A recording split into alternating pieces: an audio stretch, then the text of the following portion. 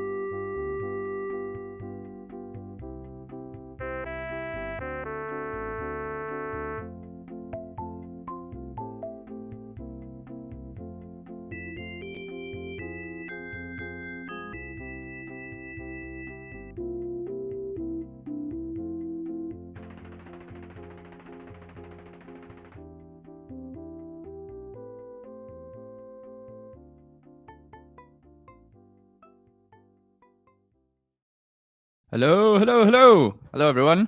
Welcome. It's Friday night. It's Whistling in the Dark. I'm very excited. I got Mr. Tommy Spirals to talk to tonight from Amazing Skyman and MC. You'll have seen him play with Mungos and Samson Sounds and all sorts of things. He's a busy man. And he brought out, well, probably one of the coolest like front covers for an album ever, the Ashram Express. It's on the thing for tonight. You'll see it with this cool train and Tom's like flying at the front of it.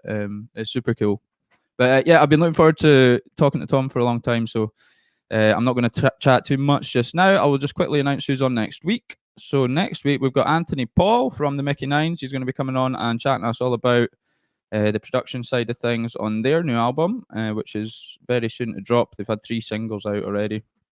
We're also going to be talking to Dave Wah from Limbic TV. Limbic TV, I believe, are live right now as well. So if you're keen for some live music, so obviously it's Friday night here. Most folk will probably still be out enjoying the sunshine and the meadows. So I hope you're enjoying that. I decided actually.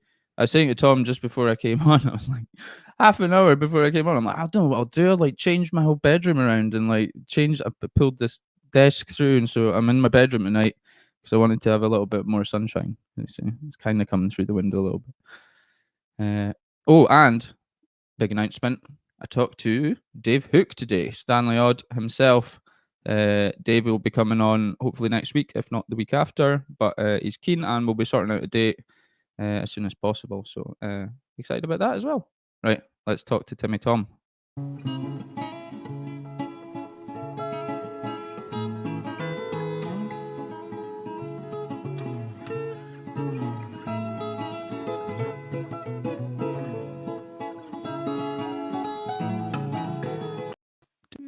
Hey, how are you doing? I'm very well, Tom. I'm all the better for seeing your face, man. How are you? I'm good. I'm good, and thanks for having us on, man. Thanks for letting me come and chat with you for a bit. It's nice to catch up. Yeah, I appreciate it. It'll probably just be me and you tonight for most of the It's most cool. folk will be enjoying the sunshine and such. But yeah, thankfully most of the Whistling in the Dark folks watch afterwards. I've been Cool. checking my thank you everyone, by the way. It's nice. Check my analytics and folk are actually watching them and checking them out later and stuff. So happy days. But yeah, hi man, how are you? How have you been coping through this whole craziness and what's the story? Yeah, I mean it's been such a reflective year. gonna try and not turn this into like some kind of therapy session. But it's I could been lie by in my bed. I know, like for real, and I could talk, man. I could talk, trust me. And I guess it's just at the start of it, I had this wee idea of like, oh, maybe this is the break we all need. This kind of romantic vision of how I was gonna positively frame lockdown for myself. And Mm. I think I've gone through like there's definitely more waves than lockdown has in terms of like, yep, this is great for me. Oh God, I really miss everything. Oh, this is actually, I'm really getting some stuff done. Oh God, but I'm not be able to play it to anyone. But it's much better than it ever has been before. But Jesus Christ, I miss my pals, and it just kind of goes like that. It's like a undulating beast, but it's cool, man. I think like genuinely, for all the hardships, and I'm really lucky that no one that I personally know has been like, has died or anything like that through it. And I know how lucky I am to not have to deal with that on top of all the other stuff. So I kind of just keep reminding myself that fuck, I'm lucky. My mum's all right. My dad's all right. Yeah. That's it. That's It's my little world. And it's the yeah, perspective of it, isn't it? It's like because yeah, man. it's like it's okay not to feel okay, but then it's also like, well, in the context of our own lives and how it might other people might have it, then that sort of brings you back and sort of like it's like a tuning fork. Like, okay, well, Yeah, it's bad, but it's not that bad. But all the same, like doing that over, and I've been the same, mate. Absolutely. Like even last week, like this podcast has been a saving grace for me just to give me a little bit of rhythm or routine. Not that they've been all that rhythmical, but like, doing something and yeah, or yeah, like producing stuff. And the music, like that's come up many times on the podcast too, where pretty much everyone is like folk have been digging into their music and getting in and using that as the therapy to sort of yeah. deal with everything that's going on. Yeah, I think we're particularly lucky people, like to be quite self-directed. I mean, like both of us, we do things that make us happy. We do creative things. We kind of take the lead in our own projects. You wouldn't have set up a interesting podcast if you didn't feel like you can make stuff happen. I think we're quite blessed to. I don't know. For me, I've been brought up like that. Been lucky enough to have supportive parents and supportive people around me that have made me feel like it's okay to go out and do something and like create something yourself, and you don't have to necessarily take instruction from someone else. And Yeah. I feel really grateful that I've got that ability, because that's if I didn't have that, man, and I was kind of waiting for the next thing to do and waiting for someone to tell me what that was, geez, man, it'd be a long wait right now, a It really made me long wait. think as well, like for for a musician or something, or someone with a creative outlet, it's like you can sort of like morph and change and like use that, as we said, as your therapy to deal with these stressful situations. But what occurred to me was like for people that perhaps they've lived, and I've heard these personal tales from people and such, like people that have worked jobs for like say like 30, 40 years of their lives, pretty much all their identity is like sort of like bundled in, baked into that package, and then for that job to be removed, or like you're getting paid to sit Mm, around, and that job basically means, or you're being kind of told it has meant nothing for X amount of years, even though if that's not the case, you might feel that in those situations. So like this, folk have, like for people that have gone through that, I have the most amount of compassion, because it's like, man, like their entire identity has been ripped from them yeah, I, completely, and they I have mean, no way to replace it. I totally get that. Yeah, I mean, I feel to be fair, like that was one of the biggest learning curves I've taken from this whole thing is like, don't put your identity in what you do, or Hmm. what other perceives that you do. Your identity is not that. It's definitely not that. And if this has proved anything to me, it's that indeed. And that was quite a big struggle for me when the whole lockdown thing happened. It's like, whoa, went from I was in India and Australia and New Zealand on this crazy tour, just in these amazing places and just feeling like on top of the world. And then when that stopped and all went away, I was like, shit, like, I haven't really thought about home for a while. Home's something I've very much taken for granted. I've very much just stopped in, had a few nights sleep, and fucked off again somewhere else. And like, what I realized was I really, I wasn't happy in the city anymore. I didn't actually have a home that I was particularly comfortable in. Like, I hadn't caught up with a lot of friends for a long time because I've been away on tour. So there was a lot of kind of loose connections and people that I was like, oh, I really need to see that person. It's been too long. And that this kind of wave of realization of like, I have been so focused on my work and I have been so focused on like a career and trying to build a name for myself and all this kind of thing. That's, yeah, it's really important to do. But when you physically or, by the pandemic lockdown, they're physically stopping us from focusing on that and using that thing to be you know, our reference point for life. Yeah. And you kind of see all the other things that are going on. You're like, wow, okay, I have been quite narrow minded here.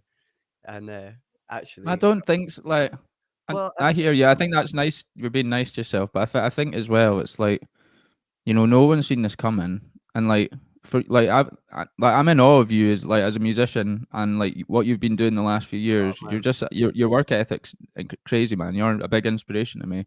thank you. And it's been good watching you. Like the stages get bigger, the crowds are getting bigger, and like there's you shouldn't feel bad about you No, having attached your no, identity to that, because like you created that. That's your fucking thing, man. And for that to be and that was ripped away from every musician, every yeah, touring yeah, person, yeah. and that doesn't make it any less bad.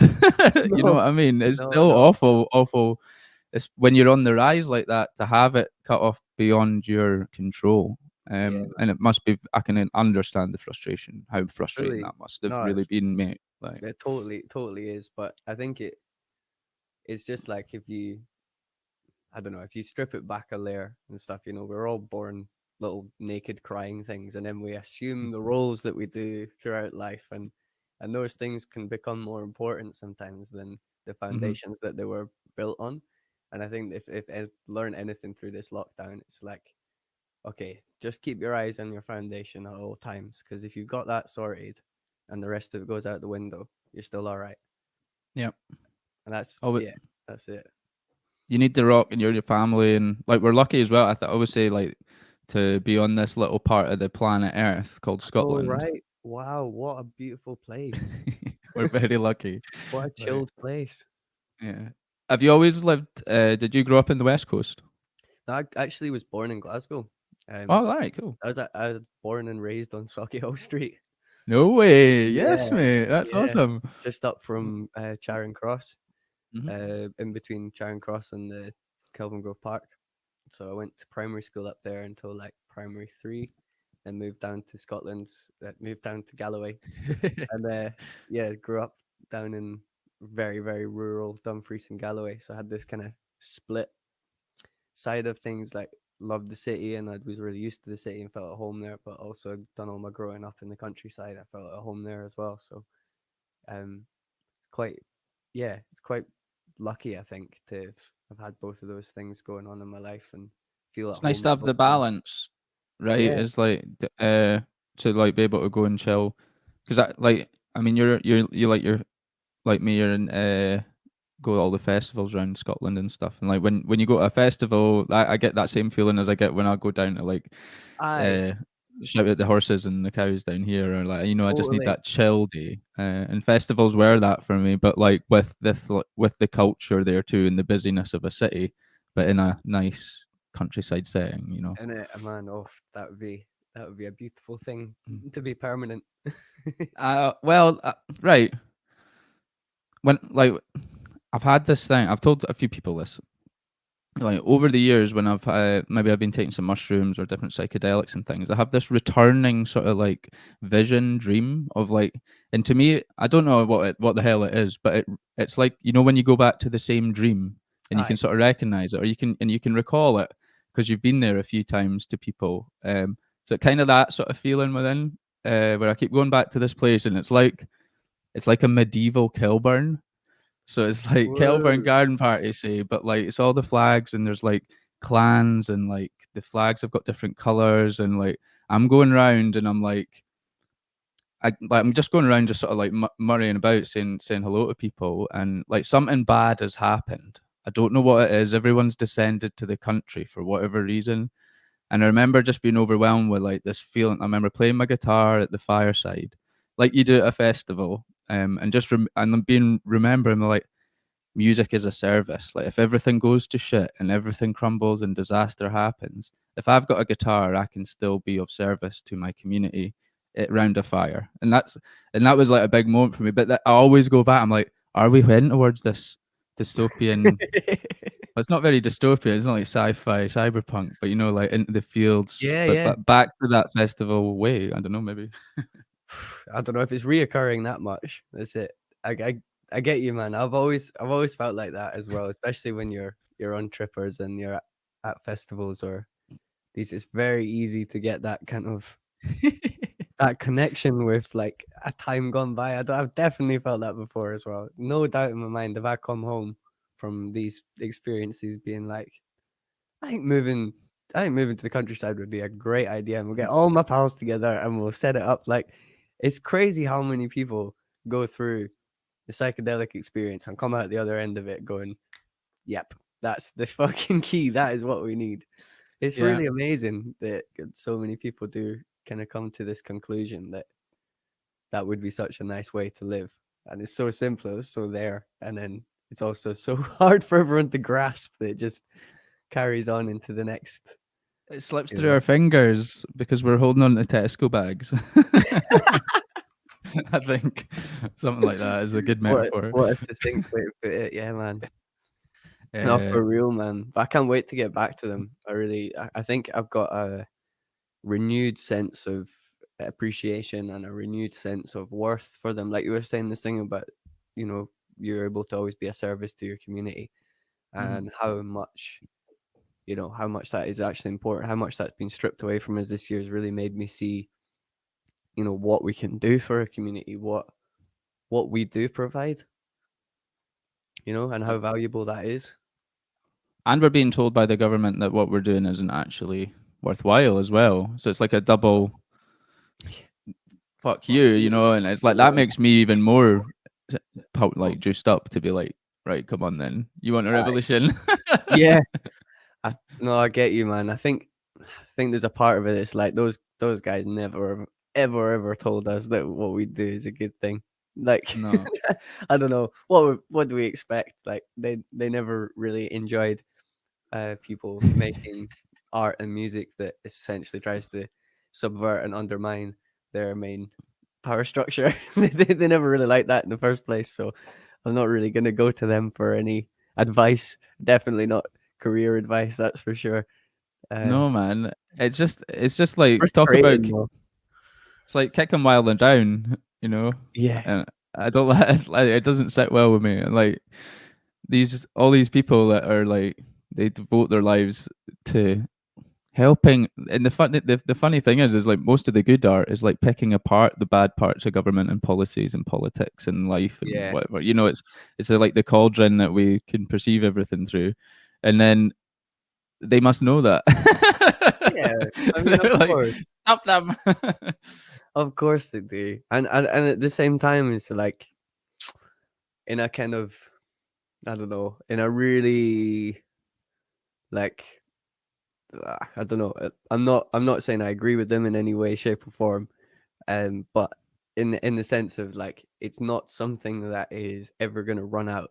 It's not something that's ever gonna go away. It's not something that needs human attention for the inspiration from music to get manufactured. That happens anyway, Mhm. and that's, I don't know. There's a little bit of that that's like I've kind of taken with me along this weird journey of like, no matter what they do, if they shut every single venue and they make it impossible for musicians to play shows, literally you're gonna get fined £10,000 if you set up your sound system and invite your friends. It's not really possible for me to pay, literally to do that. It doesn't matter. I'm still gonna be sitting here writing music, preparing for when we can do that. There's no way that they can ever take that kind of spark and that essence of why we do what we do. There's no way anyone can, whether it's some conspiracy theory, whether it's the reality of whatever's going on, no one can get rid of that inspiration that we feel, and that's so cool. And that's been like a year and a bit now, and we've still got it, and we're still absolutely burning with it. How cool is that, man? Like, do you not feel like maybe a little bit of relief, even that's like, this wasn't about anything other than this. This is just who I am. I just cannot help it. Like, I think there's those moments in your life when you're like you finally decide you're like, okay, I'm going to. Well, it's weird, right? This goes against what we were saying at the beginning, but I think it still matters, right? So like there's parts in your life where you do need to identify as something in order to like progress. So, like, and I remember there's a guy called James Page who's a shaman. Who might know the stone stacking guy, who does all the stone stacking. You'll have seen his stones stacked around Kelburn and Eden, Knockengorrick and all that. He's that dude. cool. And I was playing a gig in Dunbar with the Victorian Trout Conspiracy years ago, like this is 8-9 years ago. And I was working at a hi-fi shop at the time, and like making decent money doing it and stuff, and like using that as well. Like we set up sound, which you've played at some of the gigs and things, and Sure. but I remember playing this gig and met James outside, and I was like, "Hey, I'm Stuart." He was like, "Hi, hey, what do you do?" I was like, "Oh, I work as a salesman and I play music a bit." He was like, "So what are you?" And I was like, "Ooh, ouch." And I was Yeah. like, "Well, I'm a musician." And from that day on, whenever people introduce myself to people, I would call myself a musician, and it did matter for me to make Bro, that yeah, identity yeah. shift in. But yeah, I guess I don't know I how we think got into that's that. But no, I think that is such an mm, interesting point though, and I think that's something that I've personally overlooked in this whole kind of reflective period. Is like that was a massively important moment for me too, and I don't exactly remember when it. Like I don't remember the exact conversation, but I do mhm. remember starting to say I am a musician and being so proud to say it and also so nervous to say it, and this whole like you could feel it in your chest and your throat and you're like I'm a, I'm a, I'm a musician. And you're like, yeah. Do you know what I mean? I think Yeah. that you're right that sometimes you need to you need to have that pride in yourself. You need to have that ability to define yourself as something, because otherwise, yeah, who else is gonna, who else is gonna Yeah. give that to you? Like you've got But to it's give it like to yourself. I guess to frame it right is like we need to be proud of enough of ourselves. We need to love ourselves enough to call ourselves what we feel we want to be, but be willing to not identify if it all gets stripped away. Yeah, I think that's it. It's like, or is it like Balance. I am a human being that is a musician. Like I don't know. Do you have to always have one step before the, the doing part of it? Like even if it's just in your head, like knowing that you are I so am a much. human doing Yeah, you're currently so doing much. this. I Yeah. love like the so in Aboriginal culture, if any Aboriginal people are listening and I get this wrong, I do apologize profusely, genuinely. But from what I understand in Aboriginal culture, Hmm. is that you are named by yourself. You choose your own name, and you choose your name dependent on what you do. And that would Ah. be so, for example, I would be songwriter or something. That would be my name.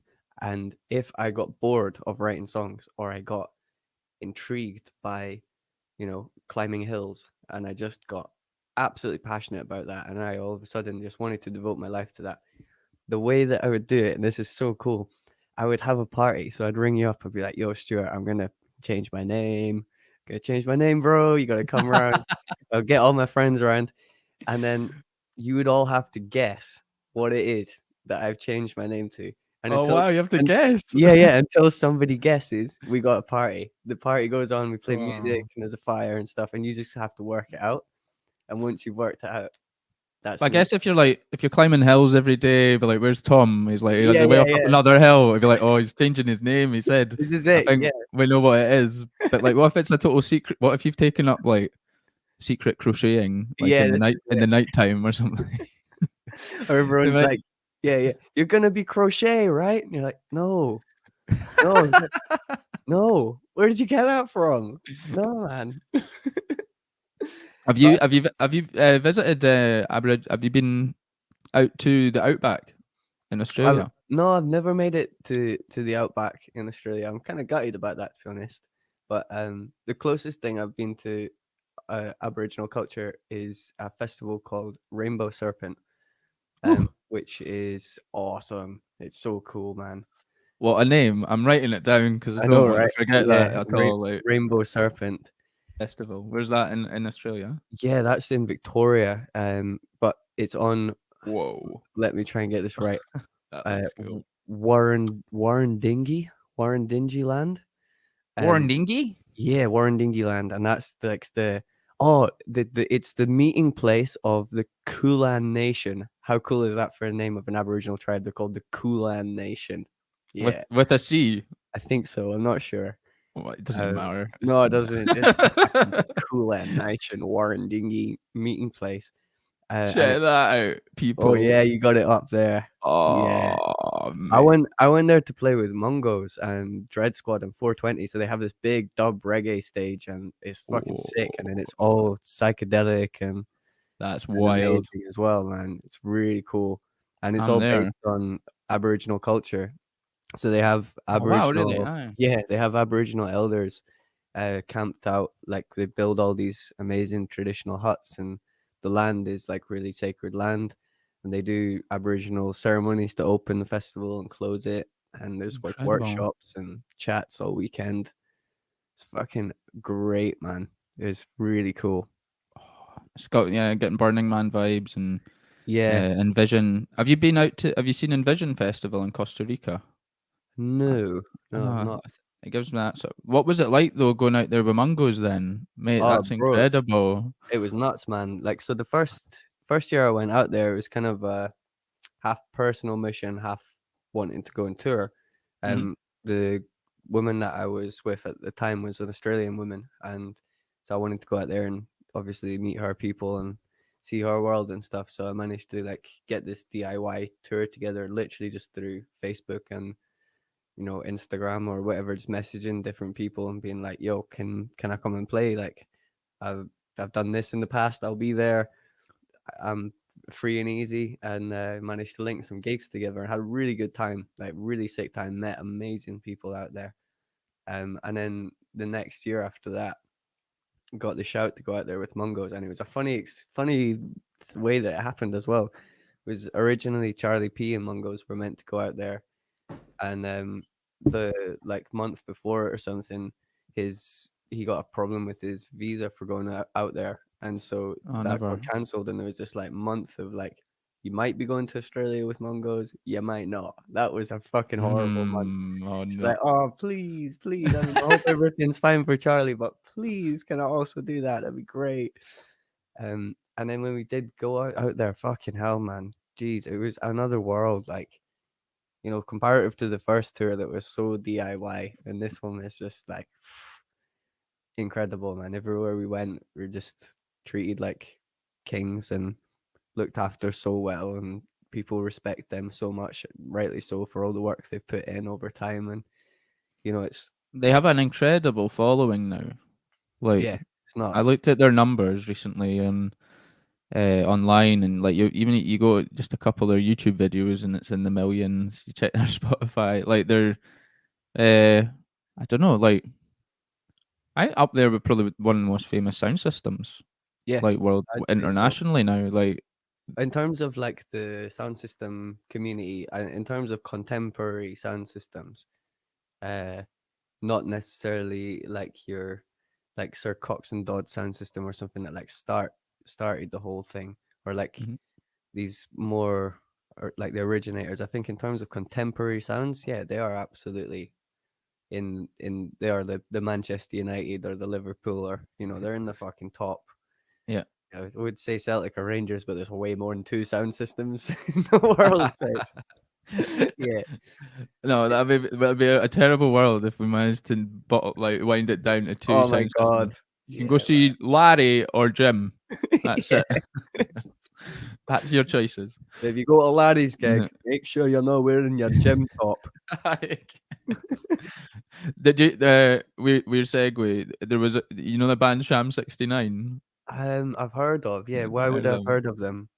They What do they they were kind do? of famous in the 80s or whatever, and had some big singles, and then they all broke up because they all fell out in the band. And then two of the guys were tried to continue the band, uh, at the same time with the same name. So like Sham 69 would get booked to play like Glasgow, say, and then the other Sham 69 would find out, and Oh, I do remember this, man. I remember hearing and they'd about phone up and be like, "Nah, we're not doing that gig anymore. I'm sorry, we'll cancel it." And it'd be the other guy, and then they'd go and change the posters, and it's like, "Come on, guys."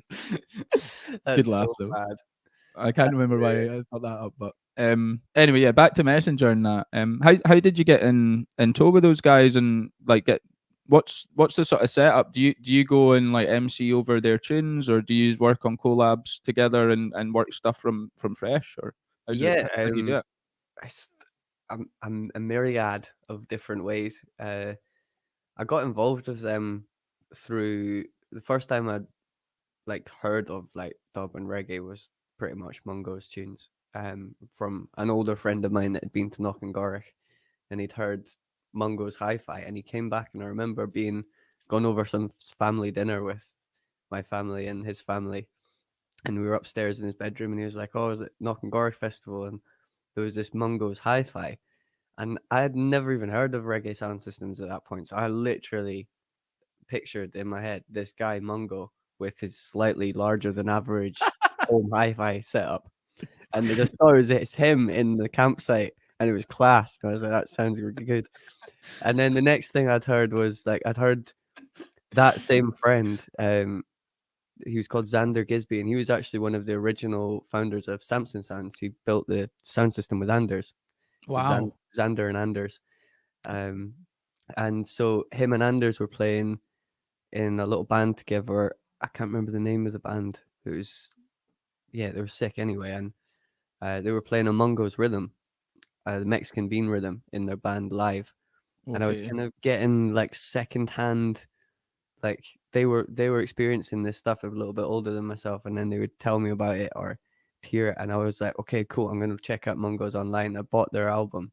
I got the Sound Systems Champions album when I was like 15, and I'd listen to it like all the time, man. On the school bus, I remember just sitting on the school bus, like listening to Herbalist and feeling like dead cool. And I had like the I can't remember what record it was. No, it was Mexican Bean. Yeah, uh, Mexican Bean on like 12-inch, and had like my Scotch bonnet slip mats on my turntables in my room, and I was Mate. like, oh man, I need to meet these guys or see these guys live. I was totally starstruck, and they came to play in Dumfries at one of the Knockengorrick. They do these things called the Winter Warmers, so Yeah, yeah. they bring some good bands to Dumfries, and then they put them on, and that's where I was living at the time. So I went with a bunch of pals, and we went and saw Mungos, and it was awesome. They had Papa Zeb and Daddy Scotty. They're Mate. both Edinburgh-based MCs, or they were at the time, I think. And they were awesome. And after the gig, one of my pals, do you know Nina Todd? Do you know Rings a Nina? bell. Anyway, she kidnapped Jerome from Mungos and took him back to our after party. And literally, it was like, oh my God, there's a Mungo in the house. It was like, oh, so great. I was like 15, 16. I remember distinctly like taking my guitar and playing some reggae tunes and like looking over to see if he was listening, kind of thing. Well And done, then, man. yeah, Get in the yeah, thick of it. Get in the thick of it. that was it. And then Nina actually went one step further and left Jerome with her wee brother's mixtape and was like, you need to listen to this. You know who that was? That Escape Routes. That was Whoa. yeah, that was how they met. So Nina That's just cool. chucked Jerome his mixtape at this party, and then I went off traveling. I'd been away traveling in South America or something. Maybe it was before that. I can't quite remember exactly. But yeah, Finn had been doing his reggae stuff. I'd been way more into like psytrance at the time and doing a little bit of live band stuff. But when I got back from South America, I was really into reggae and dub. And I went up to Glasgow. Remember Finn got me into one of the Mungo's gigs. Um, and Jerome was there as well. And it was like, okay, I know this person. I know Finn really well. And Then Anders also knew Jerome pretty well, and all of a sudden it was like kept being around them, and then went to Walk and Skank with Samson Sounds to play a show, and that was the first time I got on the mic at Walk and Skank. I was like, holy fuck, that is so much fun. Like, I need to do this again. And then, because I just moved to Glasgow, I was like, every Thursday, I'd just head down there, wait around for the mic, eventually get past the mic, and then I just like go at it for ages. And at Banging. that time, Campese was the MC who was with them, and he was well sound to me. He would always be like, yes, man, like, go on, here's the mic, let's do some stuff. And he was honestly, he was at some points, he was just like, I don't even want the mic back from you, just like go for it, man, just, do your stuff. He was That's really sound like really supportive. Like, I have to always big him up for that, because that could have gone two ways, man. That could have mm, definitely gone two ways. Like, someone who's younger than you, arguably like more hungry for it than you are, he'd been doing that for a few years, and I think he was more focused on his chefing, and he's got a family now and all that kind of stuff. And yeah. I think, for him to be like, here, I can see you really want this. Here's this space. On you go. Like, that's super sound. I've always been super grateful to him for that. And he actually, not because of me being there or anything, but he actually left doing it regularly quite soon after, maybe like 6 months or something after I started going down regularly. And they Right. asked if I wanted to host instead. I was like, fucking right, I do, man. The Like, baton has been handed. that was it, man. Yeah, it was like, of Mate, that's so course. cool. Get to practice every week, get to meet cool people, get to play with Mongos, and then did that. And I was still at college at the time, so I'd have to finish 4 o'clock on a Thursday, like Friday morning. And then I had college at 9 on the Friday morning, so I'd get like 4 hours sleep every I Thursday. know, And know but I that was fucking feeling. on it, man. I was really working hard at it and going down every week, and they saw that how much I wanted it and how much, so they started giving me like gigs with them. In fact, you see that yellow one on the poster? I'm just pointing Yeah, back. yeah. That was from Dundee, and that was the first gig I ever did with Mungos. That was like outside of Glasgow, kind of advertised thing. Mm. And then from And there, like, so, and then how did you start developing tunes and that together? essentially how it works is, like, within that culture is very much the thing of like the MCs are improvising or freestyling like most of the time, and that it's more improvising but with some freestyling for myself. But Hmm. you've got all your lyrics. I've got like a list of lyrics on my phone. I've got like, I think it's something like 85 different songs or something now that are like in that kind of reggae style that would Right. work in a sound system dance. And I've just always got that list there with me. Even sometimes with like a checklist, so you can remember what ones you've done if it's like a 5 hour session or something. And I'll just Man. just sit there, and then you get used to them after you play with the same DJ for a long time. You know what their selections are. You know what lyrics of yours work on what tunes of theirs, Hmm. stuff like this. So you just kind of get used to it, and you just sit before the gig for some time in the van or in the hotel or whatever before, and just work out what tunes they're going to play and catch a vibe from it. And then always try and keep this kind of 50% of like, let's let this be a real jam experience. Let's let this be live. Let's see where this goes. And um you know when we I when love we, that. I guess I hadn't appreciated how improvised some of those sets can be. yeah, man. Um, Oh, that's very really much. awesome. That's what I love. I love for that stuff. Like I love jamming in bands, and I'll often throw bands into improvisation. That's where whatever it is, I believe that's pretty close to whatever that is. Is like when you Yeah, go into the improvised area of any music, is like that's where the juice is. And if you can do it just sort of just out of your comfort zone too, it gets a little bit better. Don't go yeah, too man. far, but just like push it a little bit further than you're probably comfortable with, and that's when I'm watch bands even, and or I'm watching a set or like a DJ or whatever it is, and I see that moment happen. I'm like, they're tapping into that. They're Yeah, probably never yeah, done this before. They're trying something completely different, but they've got all of their like years of experience to back it up. yeah. Um, And if in they, that it's moment.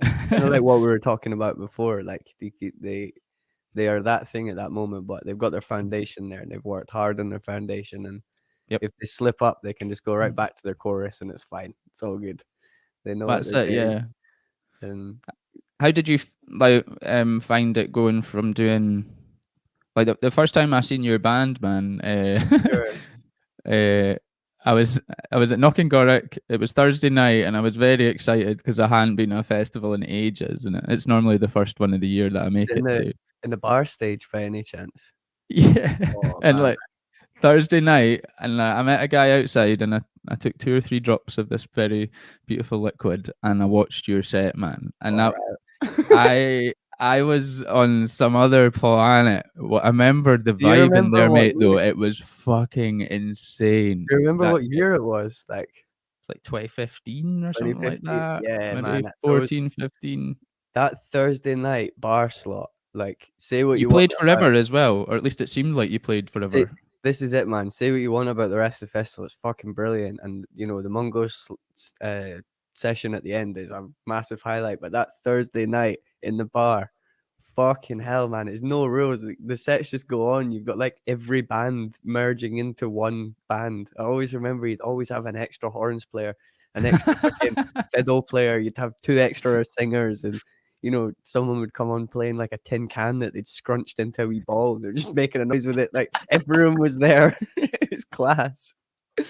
So good. I just remember that vibe, like, and like the room was obviously breathing, and like the colors were so vibrant, and I was listening to your tunes, man, and I obviously like I was in that state of mind, but like I love that reggae style, but I hadn't heard like a really good like organic reggae band, and Hmm. fuck, I just hadn't heard one yet. Oh, And I cool. remember, and as a promoter, just being like, "Whoa, like I want to book you guys like straight away," because like that's because when you get bad reggae with like cheesy synths and stuff, or like trumpets on a Casio keyboard, and it just totally loses it. But I you guys know, had the man. guitar and amazing vocals, and I just got obviously totally lost in that whole. It felt like 3 hour experience of like Skya I Man. think honestly, it probably was. Right, that makes me feel a bit better Man, actually, to those be honest. gigs, we were notoriously bad for tripping in our early days when we were playing. Like we would knock and Really, Gorick, whilst playing, that's quite an art form to get good at. man. Knock and Gorick was like we actually. This is a true story, right? We played on the Sheeling tent at Knock and Gorick, and it was like a really decent slot. I think it was maybe like one before Mungos or something on the Sunday. Really good slot, and James and I, the trumpet player from the band, we'd been I don't know around we'd been around it a few times, and we'd just like, right, let's make our mushroom tea, and then we'll have a mushroom tea and we'll go and play this gig and it'll be sick.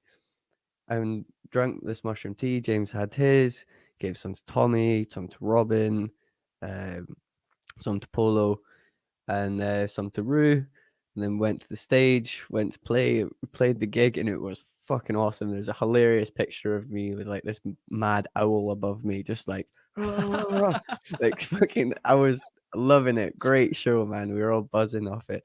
And after the gig, we were like packing up, and the drummer Tommy's just like pissing himself laughing, like, like, what's up, man? He's like, I don't know, but every time I hit this cymbal, it's just like, I was like, oh, you feeling those mushrooms? Awesome. He's like, what? He's like, the mushrooms. Like, what? Like half the band didn't know that there was We'd mushrooms in had the them. tea, and Oh half the band did. no. And luckily, we were at the end of the gig by this point, and it had been a large success. But like, sorry, Shit, genuinely, man. didn't mean to spike you there. He thought I'd told. Oh God. And then we went to the Oh, Longhouse and played straight after that. We did an acoustic set, literally like, packed up our stuff and went to the Longhouse. We were sat there playing it. fucking I hell. introduced the band, and it introduced Tommy on the drums, and he was like, he went to do a drum solo, and he just looked up at the crowd, looked down at his drum, and it just burst out laughing, and the whole thing just fell apart, and the whole Longhouse was in hysterics. He just had to restart the song again, man. It was class, man. Knock and Garth. I would obviously, like, for any promoters looking to pay me for a gig, I will not turn up tripping, but definitely have done it Knockengorrick in the past, but that's different, isn't it? Times and places That's for home. these things. Yeah, yeah. Knocking Gorick though is like, I'd visit. Have you ever played or heard of Shambhala Festival down Yeah, near? Have you played there? I've not, no, but I've heard all about it. I've not played either. But before sort of visiting more of the Scottish festivals, me and a bunch of my mates, we used to take quite a crew down. Like sometimes maybe like 10 or 20 of us, thereabouts, all get on the train at Waverley, get all the way down to Market Harbour, get on another train, like, and it was, I don't know, it's about an hour out of London, sort of west coast, um, sort of area. And it's just a amazing little festival. And honest to God, didn't thought that was the only cool festival like that on the planet or whatever, because it was Man, like my first I thought that for experience. Knockengorrick as well. I was like, this is Yeah. it. Like this is where it's happening. Like everyone needs to come to Shambhala, man. Like this is the center of the universe. Everyone's super sound here, and that was the first place like I danced without any. Well, I didn't think anyone's watching. You know, like shed Yeah. those anxieties of like my teenage years, I guess. But then it was Knockengorrick was like my Scottish gateway festival, and I was like, It is. oh, so you do that here too, and it's not 4 or 5 hours on the train. That's quite handy. Uh, My no, accent isn't quite as exotic here, but that'll do. it comes in handy if I feel like I'm getting like asked for my wallet or my phone. Just to lay it Yeah. on thick. That works in America too. Like, the fuck, mate. Oh, I bet it does. I never thought about that actually. Although I don't think I could even look threatening with a fierce Scottish accent. uh, right, okay, sorry. So, I got distracted there, but my Oh, cool. question was, I guess, was from Skyaman, doing Skyaman Oh live shit, music yeah. stuff, and then going into doing like more sound system Mm. uh and stuff like 5 hour sets and things. How Yeah, did you yeah. find that transition? And obviously, you still do both. Yeah, yeah. I mean, it was fucking mental. Like I went into it thinking, I know it all. I can host a stage, I can introduce songs, and I can sing lyrics that make sense from start to the end. And that was maybe in my totally, I don't know, young, assuming that I knew it all kind of state of mind. That was quite an assumptive thing to think about MCs. I was like, oh, that's it. You know, I'm an MC, but I know full length songs.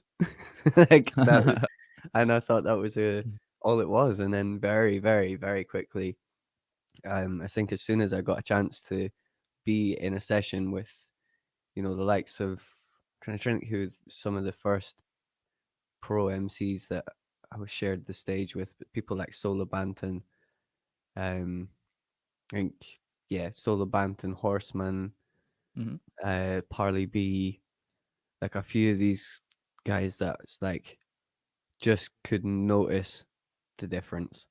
And it was this vibe thing, and they could just hold this vibe in the room. And it was like they talked just the right amount throughout the tracks, on top of the tracks, in between the tracks to keep people engaged. But they didn't do it too much, so it was like, can that guy just please turn off his microphone and let us listen to the music? And then Yeah. when they did their versions, they would smash them and they would really put on a good show. And then they step back and they'd let the track breathe and let the DJ breathe, and they'd interact with the crowd. And you know, I'd see them and watch them and be like, this is its own art form. This is completely its own culture. This is its own art form, and I need to really get to grips with this. And I think like Walking Skank and touring with Mungos and stuff brought me up to speed with that pretty damn quickly. I was exposed to some of the best MCs out there, and somehow was put on a stage with them. And that's quite a quick learning curve when you got to try and, if you imagine it like a kind of energetic field, right? The microphone is a baton. It's got Mhm. this kind of energetic field attached to it. You can feel it in a dance when you've just been passed a microphone from someone like Kenny Knotts or YT, and they've just passed you a mic, and you've got to go next. You can feel where they've left that energy level at. You can feel it, Yeah. and you can feel in the room if it just starts dipping and your confidence just Oh. going, and the crowd going, "Who's this guy?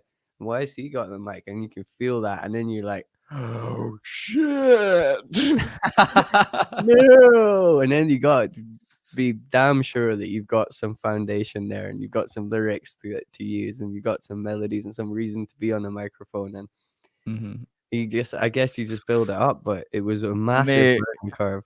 you just gave me like butterflies in my stomach. Just the thought of it. I have no like I hadn't thought of it like that. Like this Oh man, that transfer of energy, but you like describing it as it being in the mic. Like yeah, man. can Like feel it, fuck. like it's got weight to it. I swear down, like it's Yeah. honestly like heavy. You're like, sure, this microphone didn't feel like this before, but now it's supercharged with potential Oh and mate. an expectation from an audience and personal expectation and all these things, man. It's just it's a Have you huge ever had? difference. Have you had a moment where you've like Fucked fucked it. it and like had to yeah like had to redeem? Have you? If Oh man, I've could you had recount one of those memories? I wouldn't say that there's been like, and I touch wood, maybe someone else will remind you in the comments, but I wouldn't say there's been a time where I have royally fucked it on stage in terms of like, I've been too pissed or too stoned or anything. I don't feel I've ever been in that situation, but I've definitely been in situations where I've been, yeah, maybe like a little bit blazed or just a bit tired or whatever it is, not in the right frame of mind. And then I've been paired with an MC that's just fucking incredible. Yeah. Like someone like Kenny Knotts, for example, or yes, for example, he's just fire. Like you give that man a microphone, you will not get that microphone back until he has dealt with it how he needed to deal with it, and it will be so sick. And I've definitely felt like on bigger stages and and maybe more uh what's the word, established kind of dub events where like everyone knows each other, and I'm definitely new to the party and they've all been here for years in this green room, and I'm definitely new here and I've got something to prove, and I've gone out there and been like, I was definitely not as good as that other guy that I was on stage with, like definitely not, and I could definitely feel the energy going down in between, and it's like you just got to do the best you can because these guys are sick and they're pro and they're there because they're really good. And I've never had it to the point where I've gone, I can't do this, like, or bottled it or anything. That's Um, amazing. Like, but it's just that pressure though makes what's the saying? Pressure makes diamonds. yeah, Uh, yeah, and it does, so man.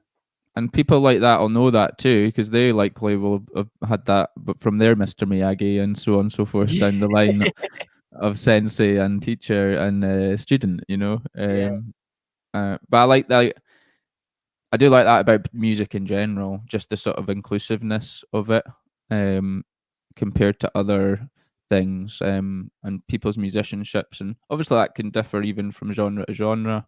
hmm, Obviously, the likes of reggae and things have it is baked into the culture. No yeah, pun intended. yeah, And like um, you feel included, and people have got your back, and they'll give you a shot, as well. They're not like you yeah. were saying earlier necessarily threatened by new young hunger. They'll No, I give mean, they'll give it some space. I definitely couldn't generalize that though. I've definitely been on, I'm not gonna mention names because it's not cool. I can't be bothered getting into that. But Yeah. like I've had someone on stage before, like a far more established older MC come on stage when I've been in front of like a crowd of 1,000 people with another MC, and he literally came up. He didn't say it on the microphone, but he came up to me and was like, we've got this now. You can go home, like you can go now, kind of thing. And just like, this is in London. We just like driven a day to get there, and we're on stage and we're building a vibe. And there's like this gig happening. Have to have somebody come up and do that to you. You have to work with them on stage for another 2 hours. No, That was tough, man. And it's not, there have been occasions where I've definitely felt like you don't want me here, like whoever you are. But that's it. I'm not alone in that, man. That's the nice thing of it. You always come off stage and someone's like, "Did I just see that right? Was that?" Oh, he's always like that. He's a fucking twat or whatever. Like, yeah. you Well, never that's all part of it too, for sure. Is like, in it. but that's when It's like when good recognizes good. Like when you meet a good cunt, you remember that person and you'll Yeah, work with them well into the future, and you can just forget about all those other. I yeah, like when somebody. I actually, it does me a favor when someone acts like that because I can instantly just delete them. yeah, I'm just like, thank you. You saved me like potentially wasting some time on you in the future. yeah, yeah. No, you're right, man. At least they show their cards. Yeah, Yep. it's true, man. The Ashram Express. Let's have a wee chat about that. Like, I So, love the. Like, who did the artwork first of all? oh man, this guy's a legend. He's called Most Ill. That's his artwork name. His name's Cool. Sam Greenwood, and he's based down in Manchester. I play in another band with him, called Digital Foundation, who are a really sick kind of digital reggae live band, Cool, cool. and that's how we met. Was through that band playing with him, and soon found out that he did the artwork for people like Chopstick Dubplate, um, and some Born on Road stuff, and various different like reggae and dub, uh, that kind of cartoon style. He's really amazing at it, and so we've Amazing. been working together on a few different releases. Um, so yeah, it was just the obvious choice for me to ask Sam to do it. I really respect what he does. He works hard, and he gives me the reggae price, so that's good. Hey, very nice. And he's a friend. He's a friend. So, but I And was over the moon with that, man. what's the? Is it inspired by a trip you took, or Sure. Yeah, it was actually the name of a train that I went on in India. So it was a train from Delhi to Jaipur, and that train is Wow, actually called the Ashram Express. cool. And I was like, no way, that is the sickest name for anything. Like whether it's, if that was a band, it would be a sick name. If that was a movie or a newspaper or a CD, like that's just a cool name.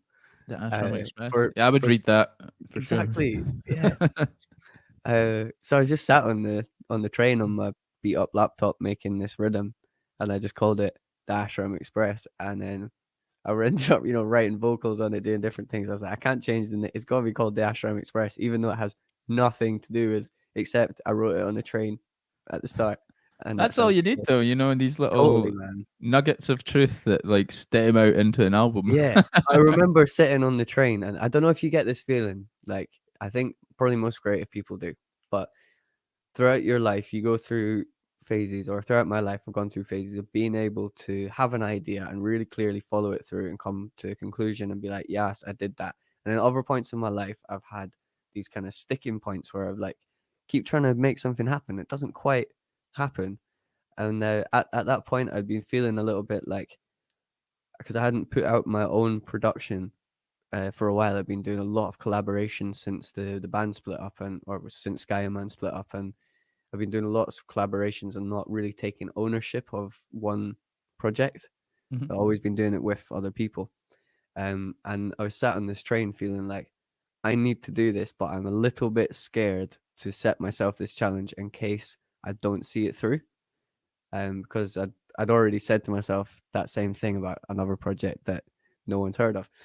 Um, so I just remember having this feeling in my gut and being like, I'm gonna do this, and like naming the project Ashram Express and being like, that's it. And it was, yeah, it's important to like look at that for me and think back and go, I remember that moment on the train where you were really worried that you couldn't do this, but you've done it, and you just got to remember that next time you're worried that you can't do something. That's a good thing to do to take those little personal notes in the mind of like because there's one thing to that. It's saying I'm going to do something, but then it's also saying I have failed to do things in the past Yeah, yeah, and sort of yeah, admitting that. And I may hold my hand up like I've got a million things on the go at any one time, and when I do achieve something, I do take note of it because like it's maybe it's possibly taken years yeah, to get yeah, to that yeah. point, and it should be celebrated. That's it, Um, because it's not necessarily the physical product. Like no, that represented for me a hell of a lot more than, you know, it's a good 25 point. Yeah. minutes of music or something. That represented having confidence in myself as a producer, represented not listening to people that told me that my productions were crap, that represented all these kind of things. Then to the outside world, it's, yeah, 25 minutes of music and a cool picture. But yeah, it's about what it means to you as well. And it's kind of interesting that I think 9 times out of 10 it will mean something completely different to the artist. It's as well as like I was sort of thinking about this a lot as well about like the process. Like it's all about the process, and we say it a lot, and I even feel like we parrot it sometimes without Yeah, really man. even knowing what the fuck that means. But like when I meditate on that or think about it deeply, or even like say for example, I'm in the process of making something, and in that in that very moment, trying to remind myself that this is what I'm enjoying. Am I enjoying this? I'm Yeah, creating yeah, something right now. Am I enjoying it? And generally I am, and it depends yeah, who I'm with or like and whatnot. But like just trying to be mindful of like those moments in your life where you're genuinely kind of lost or like in the moment, genuinely having fun.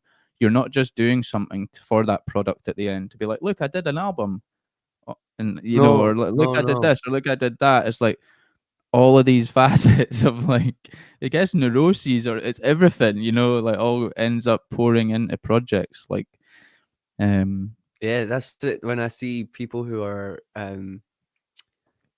absolutely just next level, otherworldly, phenomenal work rates, especially with releasing works. Someone that I can and say for that is I lived with Liam Shortle from Corto Alto.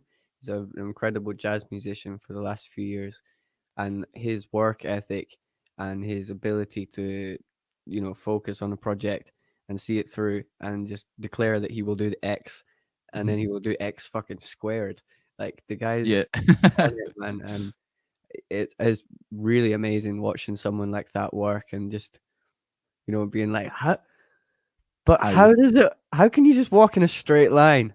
How do you not like go from A to B by going to like Z, X, Y first and then getting like it's a what muscle too, though, what isn't it? I So I guess feel it is, man. I it's guess it like is. if you use what am I trying to say here? Like if you use like our own assertiveness more often, it's easier to use it or Yeah. something like that. Like I feel like if I'm producing lots of things simultaneously that are maybe not distracting from each other, then that strengthens the whole thing. Mhm. That being said, you pile too many cards on the house and it all comes tumbling down. Yeah. So it's a balancing act. But like if you've got a few different things, even other things, do you find that too? Like other parts of your life play into your music? Like for me, going like nature for me down here, like fishing, Yeah. going like those moments out in nature are the places I'll maybe start with writing a song or something like that. I think that's it, man. I think maybe looking at as if like, the music plays into, the rest of it's your inspiration, isn't it? It's like all of these things play into the music. I think that's why it's so fascinating and so amazing to me. Like as I go through life, I'm realizing that I can actually I can only make music that I really love and that I really resonate when I don't know. I can do it whenever I want. I can sit down and write a song, but it doesn't necessarily mean that I'm gonna absolutely buzz off it, and it's Hmm. gonna mean something really deeply to me, and it's gonna have that meaningful thing to it.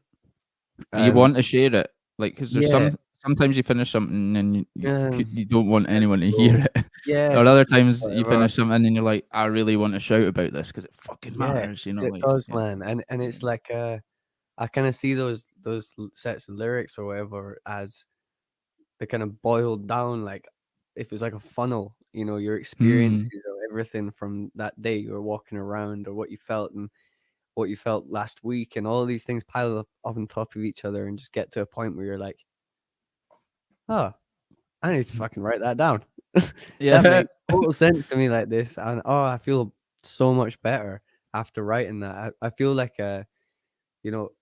sometimes I write for myself. Like I've got on my phone just like screeds and screeds of lyrics that are really badly organized and not really quite songs or poems, or they're just kind of they rhyme loosely, but it's just Mhm. like feelings. And 9 times out of 10, it's when I'm in a bad mood, Yep. and it really helps, man. Just put them all out on a set of lyrics on a phone. I don't really want to share them with anyone. It's not really for anyone. It's just for me to see it clearly and not I think the fact that it's artistic and it rhymes makes me reassured that I'm okay and I'm still me. Yeah. I'm not losing my mind, but my emotions are clearly articulated in front of me, and that's good enough. And I can get on with my day. Um, I can relate to that. Like I do that sort of stream of consciousness, or like maybe not stream of consciousness, but just like getting out the thoughts and whatnot. There was an aspect to that I was thinking about, like, like a song. Like you might release 10 songs over the course of a decade, but you've still not released the song that they were like r- preparing you for or yeah, yeah, whatever. yeah, Like the sieve thing you're on about, the filter. Like yeah, I feel like even you can even sieve entire albums of work down over the course of years, and that finally yeah. like Far out, dilutes into like a potent. Finally, you get it. Like, do you know what I mean? Like, finally, like I've been mate. trying to say that for fucking ages, and I now I've finally got feel the vocabulary, the sense, the context, and now I've got it. I genuinely feel like that with the next piece of music that I'm gonna put out. I'm so fucking proud Yeah, of it, man. Yeah, I'm nice. so happy about it. Like, I it's the best way to describe it that I've found is future dub from ancient Scotland. Woohoo!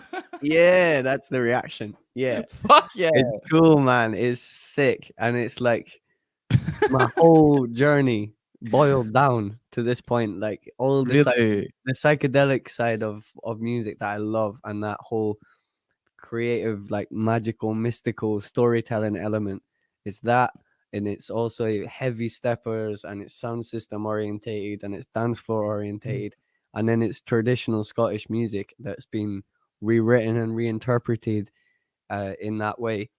And Wow. so it's kind of these three elements of who I am musically. I'm a Scottish person that's quite trippy, and I love reggae. It's that I'm like, shit, man. This is boiled down. This is what I wanted to do. This is I feel free. I feel I I'm so feel excited to hear it. So, is this just a solo thing, or are you working with a bunch no, of I've actually people? Or? been really luckily working alongside an amazing trad musician. He's called Ewan McLaughlin, and Mhm. he's part of a band called Lapwing. He plays in a lot of bands. He's a fiddle player, and we met at Walk and Skank and had this drunken conversation one night about how cool it would be to do the fiddle on some dub stuff, and it would work, and it would be amazing. And when the lockdown happened, he got approached by uh, charity called the Fraser Shaw Foundation. Fraser Shaw was a musician that passed away quite young, but he'd written some amazing songs, and this charity was set up as a trust to continue his legacy and keep promoting his work after he passed. And they gave Ewan a small amount of funding to produce a version of a Fraser Shaw track and to rewrite one. And Ewan came to me and was like, "Yo, I've got this budget. Do you want to produce a song together?" This was at the start of the lockdown. I was like, no way, man, that's amazing. I'd love to do that. Uh, let's go. And so we made the first track together. And actually, if you want to hear it, man, I can tell you Yeah, what to listen to. You can bring it up. This is where it kind of all please do, stemmed please from. do. So Do this. one disclaimer is that the Fraser Shaw Foundation made a video that I personally think is potentially the worst video I've ever seen. But I love all love, all love, all love. It's just Preface, it's all yeah. good. I didn't make the video, and but yeah, but the tune. What's it called? So it's called the Earth Ship. Um, Oh, whoa, sorry. Ah. Sorry, I just clicked on our stream and then I was hearing oh, no myself worries. 2 seconds ago. Whoa. If Sorry. Yeah, if yeah. I Go for it. send it to you in a messenger link, the Yeah. Or Earth Ship. there's also private chat here on the StreamYard that you can Okay, ping it in. so Either or. I'll just do it on Messenger because I can't work Yeah, no this. worries. The Earth Ship and Ewan McLaughlin. I don't know if they tagged. I think it's Tom Sparrows but not sure. Got it.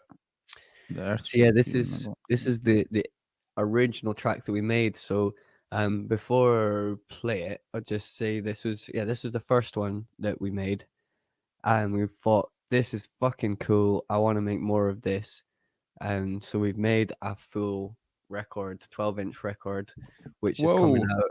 coming out in July or August. Sorry, August. Nice. It's been sent away to get pressed and stuff, so that's really cool. And it's got a fucking insane video, which is like a short film that goes with it about myself and Ewan being taken away to the land of the fairies, where we learnt this music from them. And Wow. the idea is that we came back 30 years later and no one would believe where we'd been. And the only proof that we have is this music. That's all we've got. Dude, Um, I'm fucking loving this. the I had thing no you'll need idea you were up to all this. It's been top secret, bro, but it will Oh, come out. It'll come oh, out oh. very soon. And also, just so you know, the artwork for it is fucking insane, and it's also been done by Most Ill. But the scene is basically a fairy sound system party where myself and Ewan have been taken away, and we're in the middle of this scene with this big sound system and all these elves and fairies and mushrooms and magic and Hell sick. yes. I can't wait to show everyone. And it opens, it's in the middle of the record. So you open it out and it's like, Dude, I mean, you got me inspired, excited. it's fun, man. So yeah, check this out. I hope you enjoy it. I think it's This is the actually track. like 1 minute and a bit into the video. You need to skip. Okay. Um, give me a sec. I'm just gonna find my lamp. No worries. Yeah, if you do enjoy this track as well, definitely check out Fraser Shaw and the work that he's left behind along his way. And also check out Lapwing as well, their wicked band. There we go. But yeah, this one's the Earth Oh, you shit. can see me again. Oh, by the way, that's I'll just introduce you to. Oh, hello. Hello, Starbuck. Hello. And he is so much like the dog that lives here called George. Yeah, I met George before. The wee French bulldog. He's so Yeah, lovely. Yeah, I can actually see me now. Like, it's got really dark. Okay, right. Let's do this. I'm gonna put this on. Yeah, I think it's from like a minute in or something. I think there's some kind of weird intro of Ewan chatting away, and then yeah, that's it. From about there. Yeah, so this is Let's do it. yeah, there we go, man. This is the vibe. Hope you enjoy. Right. Enjoy, peoples. I'm gonna do this. I'll pull us out whilst it's playing. Cool.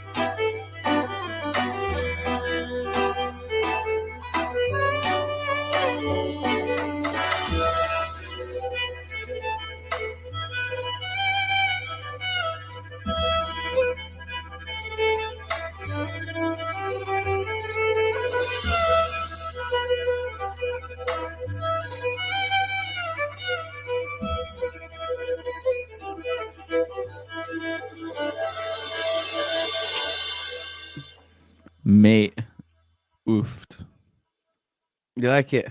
oofed. Like, oh. Yeah. I was desperate. I was expecting to hear your vocals drop in at some point. Like Oh I'm man. so at that gig, mate, when that happens. Yes. Oh man. Yeah, it's gonna be cool as fuck, man. There's a full live band situation as well with the whole project. The That's gonna. violin, mate. I've never like I don't like. Have you heard of Yoko Puno? Yeah, yeah. They're Callum.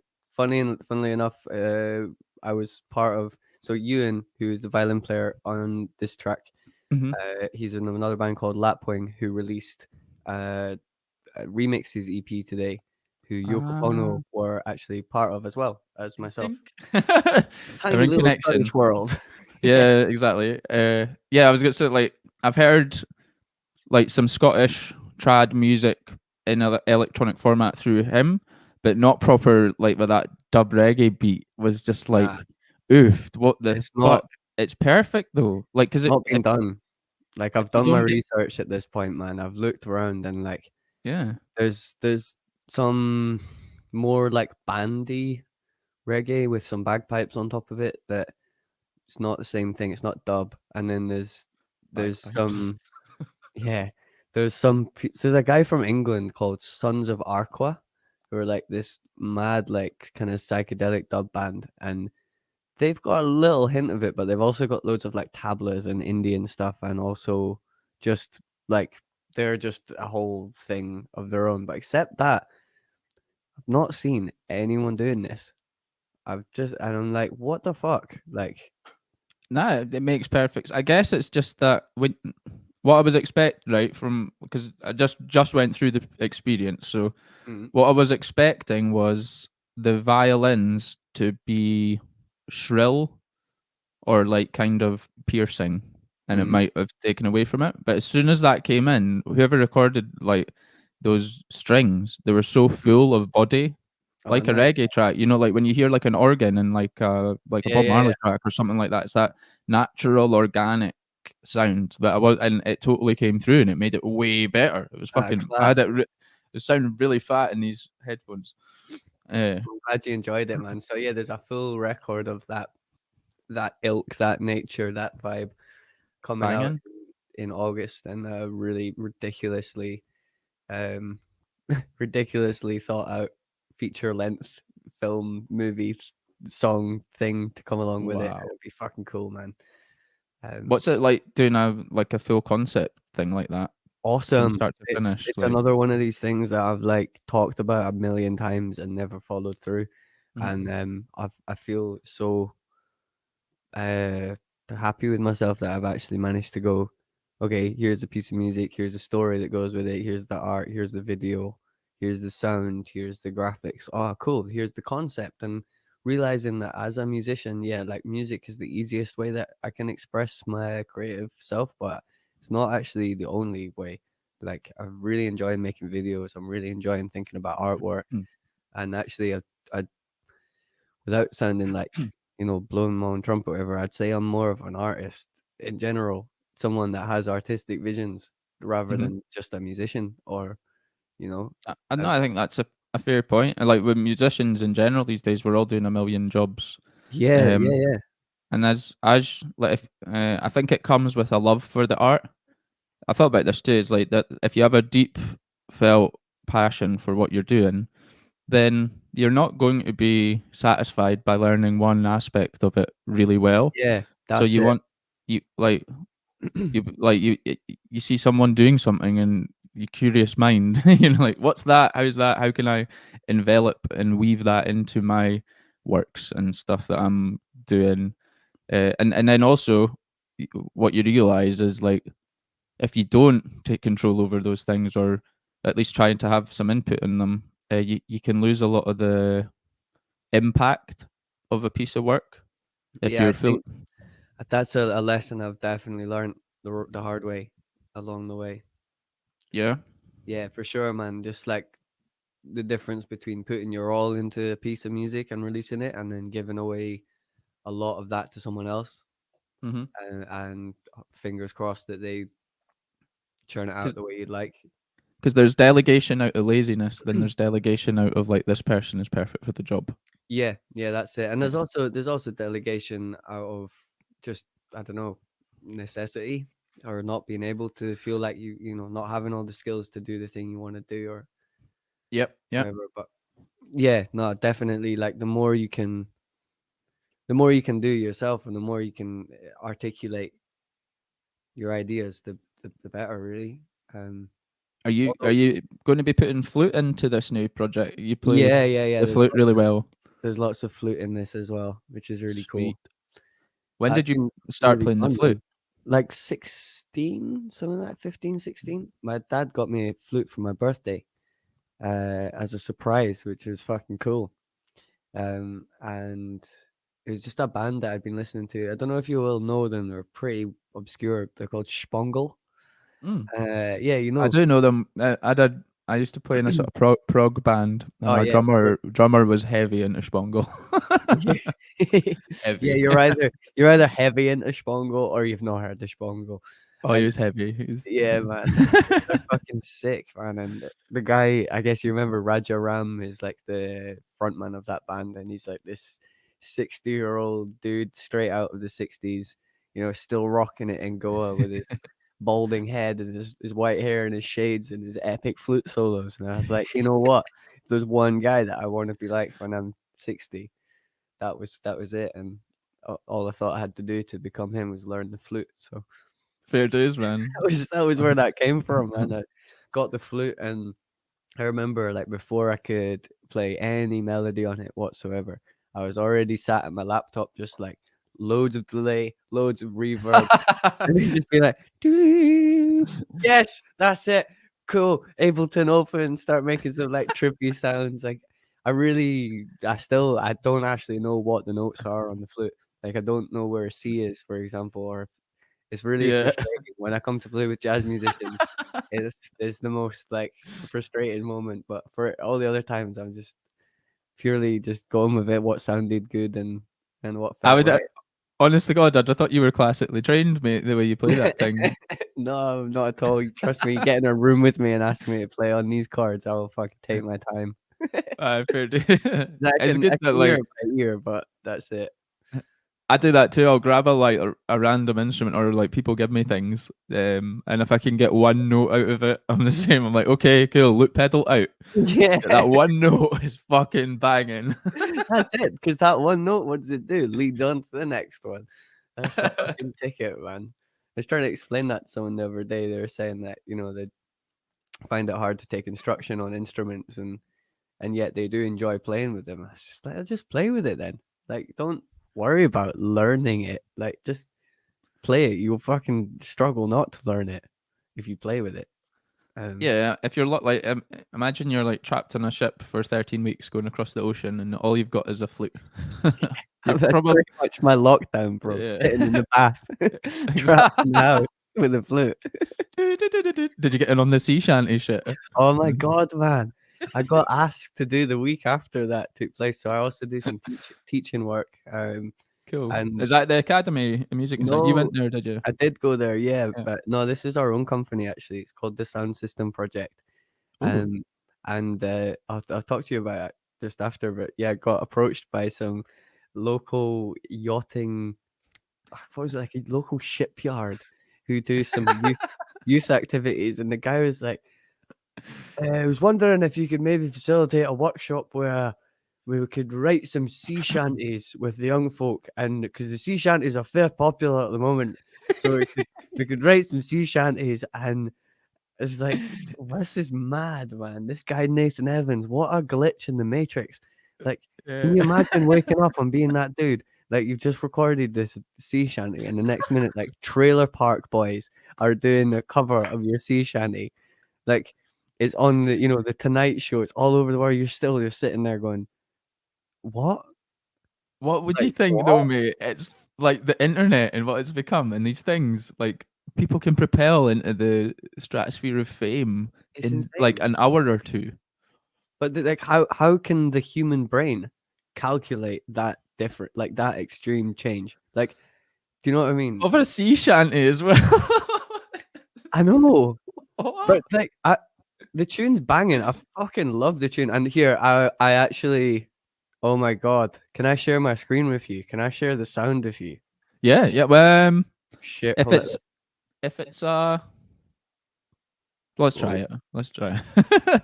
If it gives it might give you an option to share audio as like a little click box. oh no, actually, you know what? I'm not gonna do this because it's gonna risk. I'm gonna risk just sending you into uh randomness. It's all Um, it's all bad. my friend came up the other day and was like buzzing off the sea shanty tune, and I was like, you know what? Should we just make the dub version of it? And we actually have. I forgot about that. I've Oh got a mate. full and you know what? I can play it. I can play it on my computer, and I can point my microphone at the speakers for Do long it. because I'm not particularly proud of it. Well, I know this is. I'm glad I asked the question. Now we've literally Oh, got a dubstep shanty tune. yeah, I forgot about it, mate. I completely forgot about this. What is it called again? What did we even Is that shan? what? Whoa, not that. There we go. It did Um, get me thinking though, like the sea shanty, because it has like what's the word, resonated so much mm, within the entire world's population. It made mm. me think like if there's something like genetic in our blood or like memories in our souls or whatever you want to call it, like that like misses them. Yeah, And like I it's like guess. being at home or something is like we're all hearing them again and we're like, ah yeah, I remember the pirate times. Yeah, Like some weird parts of our atoms somewhere, like, oh yeah, the pirate times, yeah. I think especially with these old melodies as well, it's just like there is maybe something like you I think know. there's something more to it. That's what I So think. I think so. Kind of. They're really relatable melodies and really relatable sounds, and like you know how they're gonna finish and you know how they're gonna start. And this day and age, we're so used to being bombarded with like a song and starts off like this and it's super calm and then fucking dubstep. And you're like, I didn't. Oh man, I just wanted to hear that song go all the way to the end, like I thought it was gonna go, and have a nice relaxed time of it. And this, I feel That's like the sea something drum shanty and does bass that break. for us. I feel like this is it. The sea shanty just it started, it sang its piece, we loved it, it finished, it got its remix. Great man, I'm all for it. And so Let's that's hear why it. that's why I have made the sea shanty is the Wellerman dub. Let's see if this works, man. I'll do it. I'm gonna give you the screen so my mic doesn't. Sounds good. Sounds good.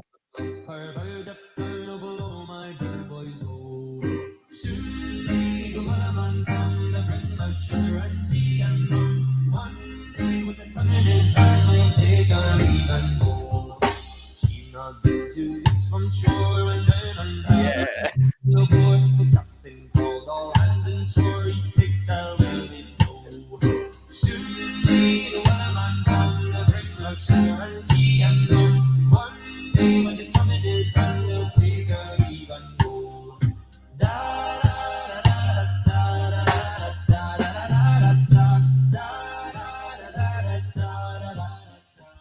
And so on and so forth. Dude, oh man. I'm so happy that I just heard that. Oh man, I'll send you it after we get off this chat. I'll send you it. I'm really glad you reminded me of that. I completely forgot that that even took place. I was like, Just hang on. get it on TikTok. TikTok Tom. TikTok Oh, Tom. man. Have you tried talking or ticking? I don't know. No, I just one of the.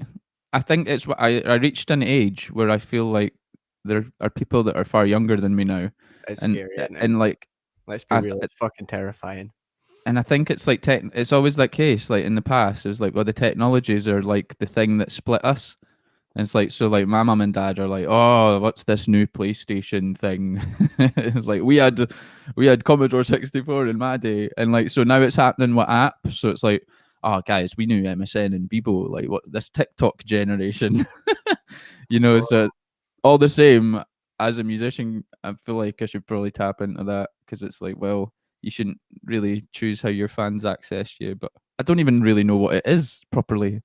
It's fucking insane. Like, I mean, I have looked into it, and I cannot claim to be any kind of expert in it, but um, I've been looking into it enough to know that had I not spent most of lockdown learning how to use Premiere Pro, the Adobe video editing software, that Mhm. I would not, because you can do fucking everything that you can do on Adobe on TikTok in like 2 seconds. It's mental.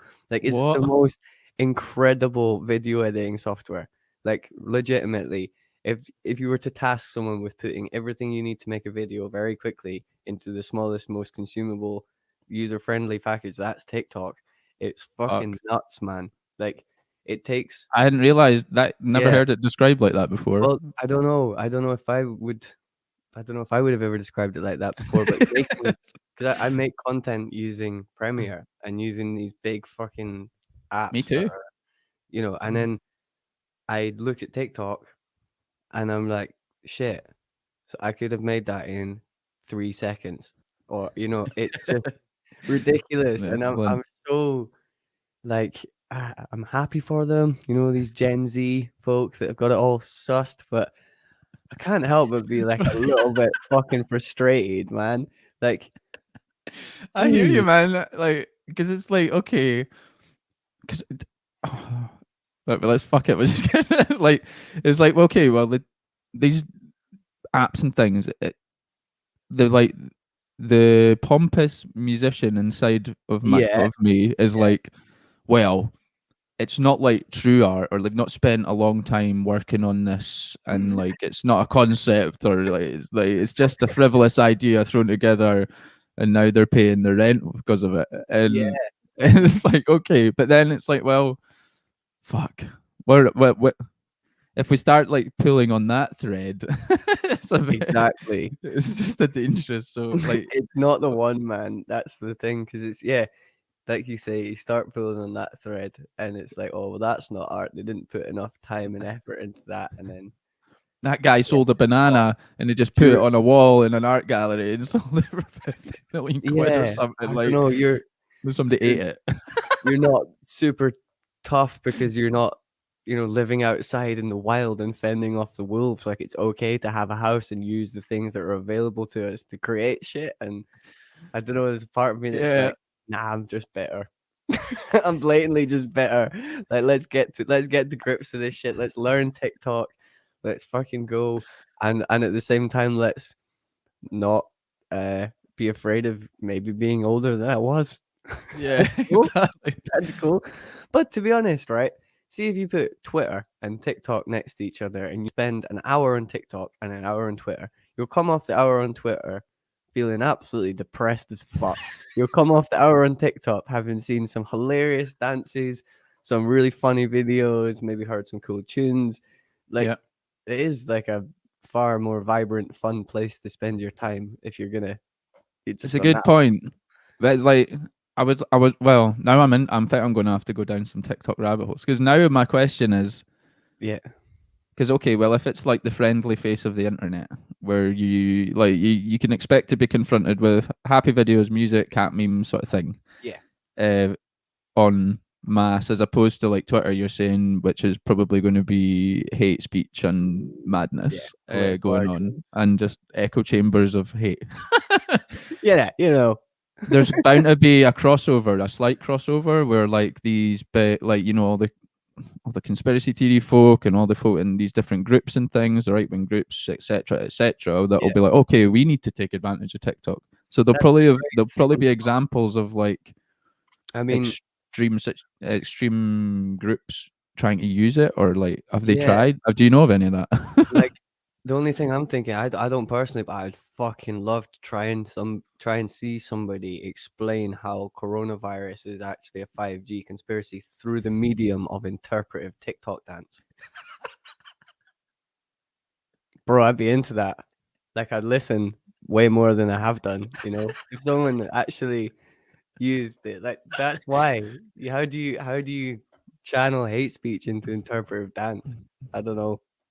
I There's think I think If there there's a way you can do it in TikTok, if there's any way you can do it, it's in watch me. Tom, I think you should give up all your musical career that you've gained so far, and I think you should go TikTok Tom full time. Oh, man. 100%. I think that's your future, man. You know, like genuinely, I'm so borderline, so on the edge of just being like, I'm gonna create a different persona for this. I'm gonna make Barry, and Barry's gonna live on TikTok, and he's gonna be fucking hilarious, and he's just gonna have fun. I'm Do just, it. I know, Do but it. this is it, Why bro. not? It's But that then you might feeling have of, to become Barry full time. Like you know that's the what it thing. is. I'm gonna be honest. It's the feeling of, what if I'm like, yes, I'm gonna be Barry. I'm just gonna, I'm just gonna let myself go, right? And I go to the party as Barry, and I'm all dressed up as Barry, right? And I've got my new Barry hat on. I'm like, I'm Barry, everyone. And TikTok turns around and goes, I don't care. I don't think I could take it. I don't think I can take it. I think that's Bro. the real reason why I'm not going on TikTok, because I don't think I could take the rejection of not building up, substantial followers quickly enough. It would just be too much. Barry would get back in his box forever. I'd lose the little glimmer of light from my eyes, and I'd just straight back onto Twitter, pumping out the hate speech. Barry at, at Barry 34579. Yeah, you'll see it. Oh mate. Well, I don't know. It's up to you. Like if you if you want to invent Barry, that's a good way to do it though. Mate. I thought about that. Like it's kind of what we do in the music world anyway. We create these new brands and personas and cults for everyone to envelop into. It's the same online with these with your hash. Well, your like just your Your handle. tags, yeah. Yeah. I guess Man. it's like also seeing how, I don't know, Tom Spyros as a brand, as an artist, as a persona that I've tried to build up over time doesn't really fit in my head with TikTok things. I don't know. They're kind of like, they're Uh, not the same thing for me. uh, I don't. that's what I was saying. Kind of getting it before is like that sort of like this feels too close to what I am as a person to fabricate it on this app. Hmm. Yeah, no, Like I get it's you. like it creates like the sort of diet propaganda version of yourself Yeah. for everyone to consume easily. And there's I something that think, doesn't sit right. I know what you you know what mean. I think that is, man? I think that Like, that's ugh. us, right? I think that, because I feel that too. I think that that's me. That's me going, here's fans, right? Here's potential people. Here's stuff, people doing things that I'm not really a part of right now. Am I going to? Am I gonna do it? Am I gonna put my time and effort in and try and make those people listen to me, and kind of get down on my hands and knees and be like, please, I'm over here. I'm here. Like, I think it's just the feeling of having to do that that makes it feel like, the commercial version. I think it doesn't matter if it's TikTok or it could be any other. It's just the kind of feeling of having to fucking Well, I sell was yourself like that. I would make the joke early on, which I guess this is not the case. So I apologize to anyone that's put in all the time and got a million followers on TikTok. Mate, you don't have to apologize to them. They're just sitting in their pools, just chilling out. Like, they don't give a fuck what we say anymore. Yeah, I don't apologize. Fuck yous. Like, Yeah, go on. but like I felt like TikTok is like where you can go to get 100,000 plays almost on demand, like almost like it's game towards making you feel like a viral star. Hmm. But and I don't know if that actually the case. It's probably the case, like you say. Like if me or you put up a video tomorrow, it would get 1.5 views. Exactly. And then you you're like, know, like shit, the fuck my illusion is life. broken. I sold myself out to no one, and I know, Exactly, and yeah. now I know in myself, and I'm disappointed in me. That's why Barry's not coming out to play, bro. Fair days, nah, fuck. Keep Barry in the But closet, whatever it I'd is. say it is interesting, man. Once you log on, and then it kind of figures out your algorithm pretty quickly, what you're spending more time looking at, and it susses you out quite quickly and gives you shit that's interesting for you. Mate, Yeah. where are we with it all? Like it just all the technology and everything, and we're still not let out yet. Like things are not returned to normal or anything. I still feel a bit like I'm just a little bit uncertain that there's not something going on. like Elon Musk, for example, right? Yeah. Uh, he's gonna get us to Mars in like X years or whatever. Like I'm sure somebody must have phoned him up from the government and been like, look. shit's about to get really bad down here. It's probably a Mm, good time to get us up to Mars. Like you can do whatever you need, whatever you want. Put all the satellites into space because the internet's going to be fucked too. We need internet in space, and we need to get to Mars like that guy is as next soon as level. possible. We were actually just talking about him with some friends earlier on. He's Like, incredible. if there's one guy that's like he's from somewhere else. I don't know. He's just, He feels alien-like. for example, if this is a simulation, and this is all some mad game, he's on the outside and he's got some cheat codes, and he's just taking the piss right now. He's like, Yeah, how? I know he invented PayPal. Sure, that's you got to make some money off that. But like, how? How do you become these people? Who are these people?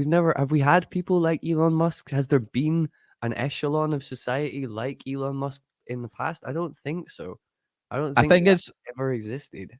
I think what it actually is a bit more depressing. Is that there's loads of Elon Musks. They're just not allowed to come through the sieve of culture, and they all get missed. There's Einsteins everywhere. There's fucking Stephen Hawkins. All about. They just won't get Sure. seen. But I was meaning more in terms of like, I hear what you has, mean. has society ever actually been built up No, to have space for like somebody who has way more power than a government, or more power than a king or a queen, and more power than any other business. I think it was, him and Bezos are switching for richest man in the world right now, and uh, Jeff Bezos is his um like GDP, or like gross income, is like 54th in the world. He's got like he's one place higher than New Zealand, than like the entire the country. economy, not the fucking everybody's income added up, the economy of the The country. entire economy of an He's functioning. like, oh yeah, like he's what, like how, Isn't it lucky though that like at least they're only obsessed with like going to space and like creating batteries and stuff publicly.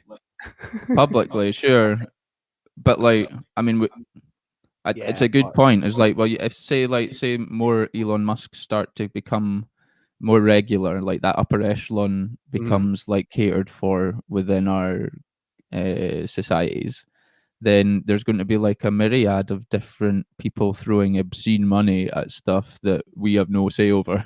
yeah. I mean, is that really any different from government? Like, I know it's framed differently, but it doesn't fucking Uh, feel like it a lot of the time.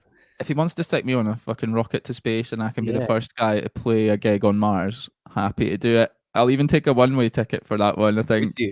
Would you? I would. Yeah, if, depends on my age though. I've thought about this. Far out, man.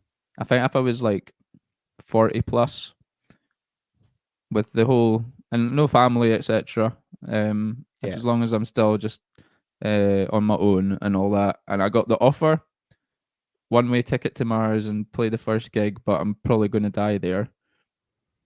Yeah, probably would. I probably would. I would have a big long think about it, but I think I would eventually just bite the bullet and go for it. Go for it. It's Fuck funny, it, man. I mean, life's short as it is. I'm lucky enough to have had as long as I've had. Yeah. Like, Yeah. and I appreciate every day I get. So, like, if I got a chance to do that, yeah, fuck no, I've decided. I'm saying it now, Elon Musk, if you're watching, your new Chinese billionaire friend that's got 8 tickets to the moon. I'm throwing my name in there. I'll help. Also, if you're watching, how like How? what, like, Why? I'm well intrigued. If you're watching, Stranger things have happened, mate. yeah, Honest. man. There's I crazy synchronicities I get in my life. Do you get that? I would mm, consider like, in fact, the night we met, mate, mm-hmm. was a synchronicity for me because I decided like that week with my former boss that we were creating a sound, the promotions company, and we were going to put gigs and all that on, and we started doing it. And I was having a bit of an identity crisis over it because I Right, was a musician and I was also like I'm a promoter now and like I was finding my feet with it. right. And I went to Studio 24 and you were playing with Skya Man. And we met very briefly in the queue outside. And I was like, Tom, how's it going? I think I mentioned seeing you at Knock. and you were like, Stu, you were like, it's weird, mate. He's like, I'm looking for like an Edinburgh promoter, and I was like, I No was like, way. I am an Edinburgh promoter, and then we put the Undercover Hippie gig on at Sneaky Pete's together, Yeah, and yeah, the yeah, rest yeah. was history, so to speak.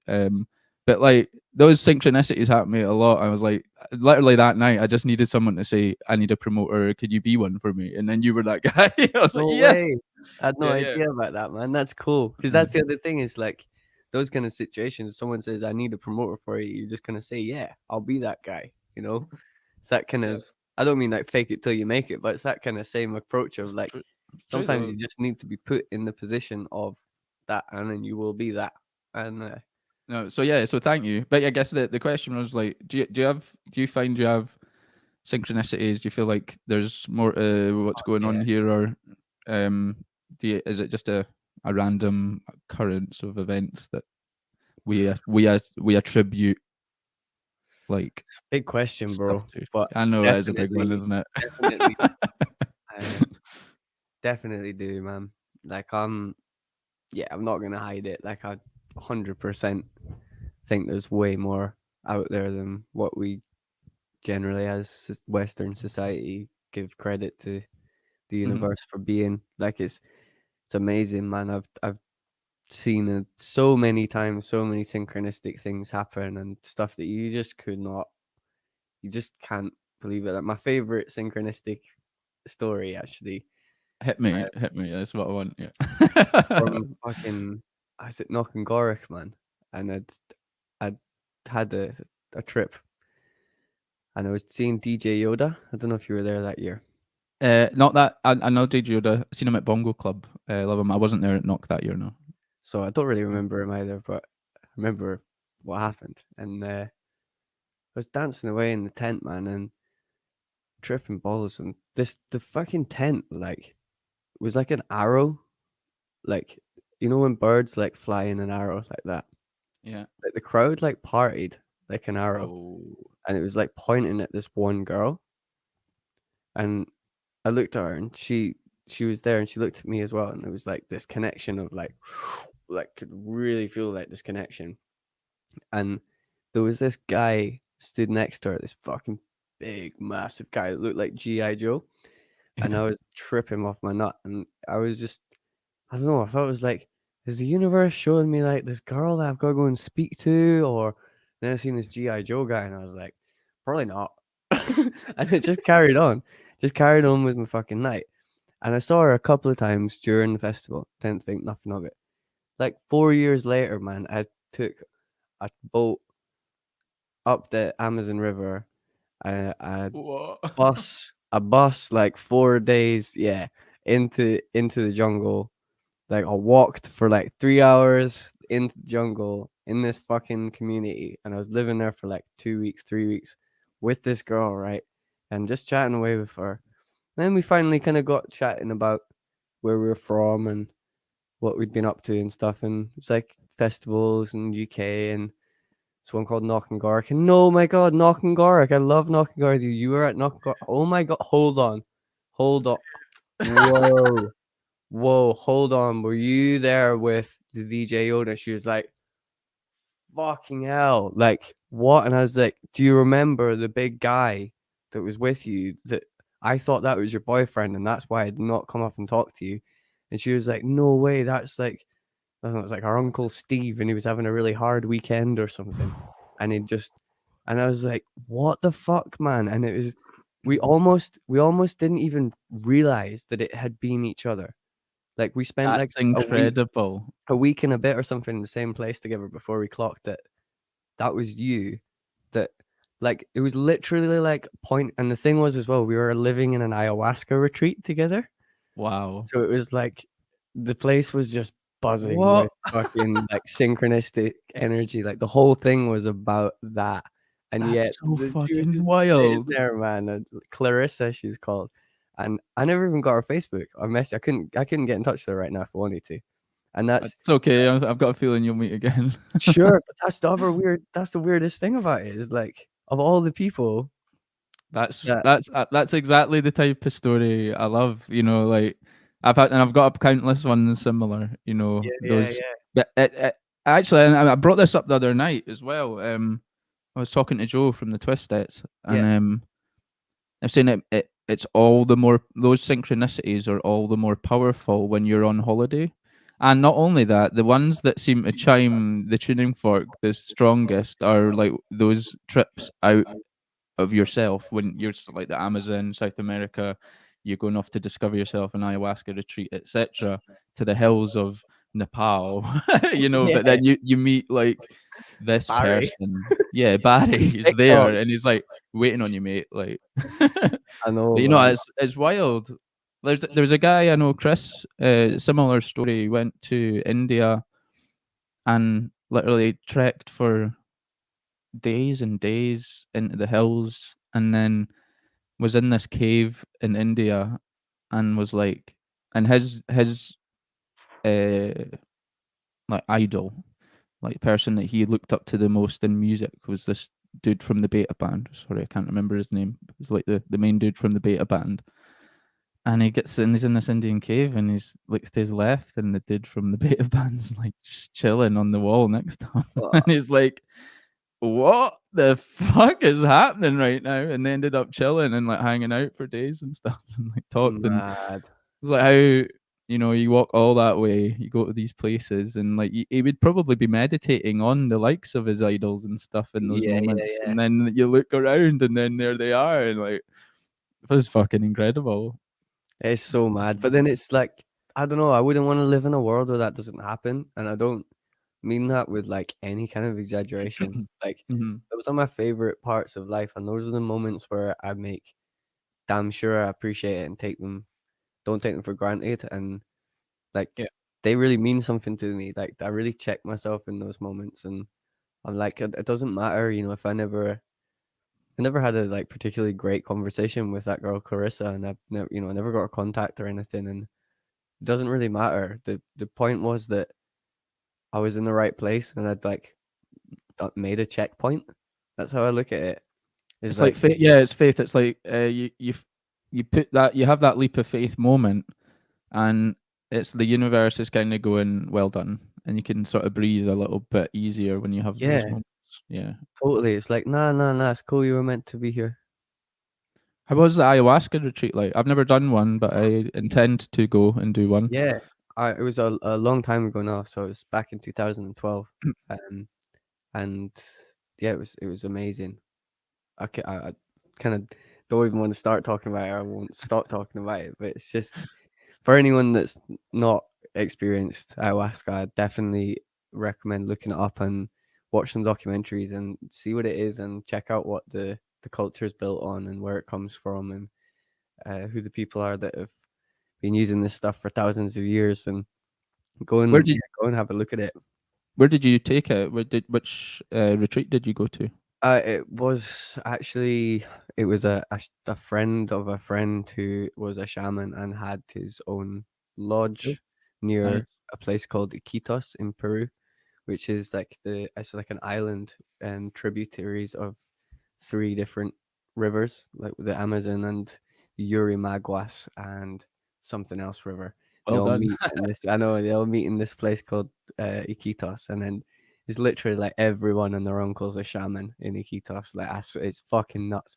You walk in, there's like cowboy shamans everywhere. They're like, "You want to come and drink ayahuasca with my uncle?" You're like, "No." And then you hear like horror stories, man. Like, someone's just gone. You can buy bottles of ayahuasca in the markets in like 2 liter plastic Coke bottles, and No, no, you can no. just buy them, and anyone can be a shaman if they wear the right clothes and they talk to the right non-assuming Western tourist looking for some kind of I've heard of revelation. this. Yeah. Yeah, so it's just an absolutely incredible city, I guess. City. That's this slogan for the city is Iquitos, where everything you imagine is possible.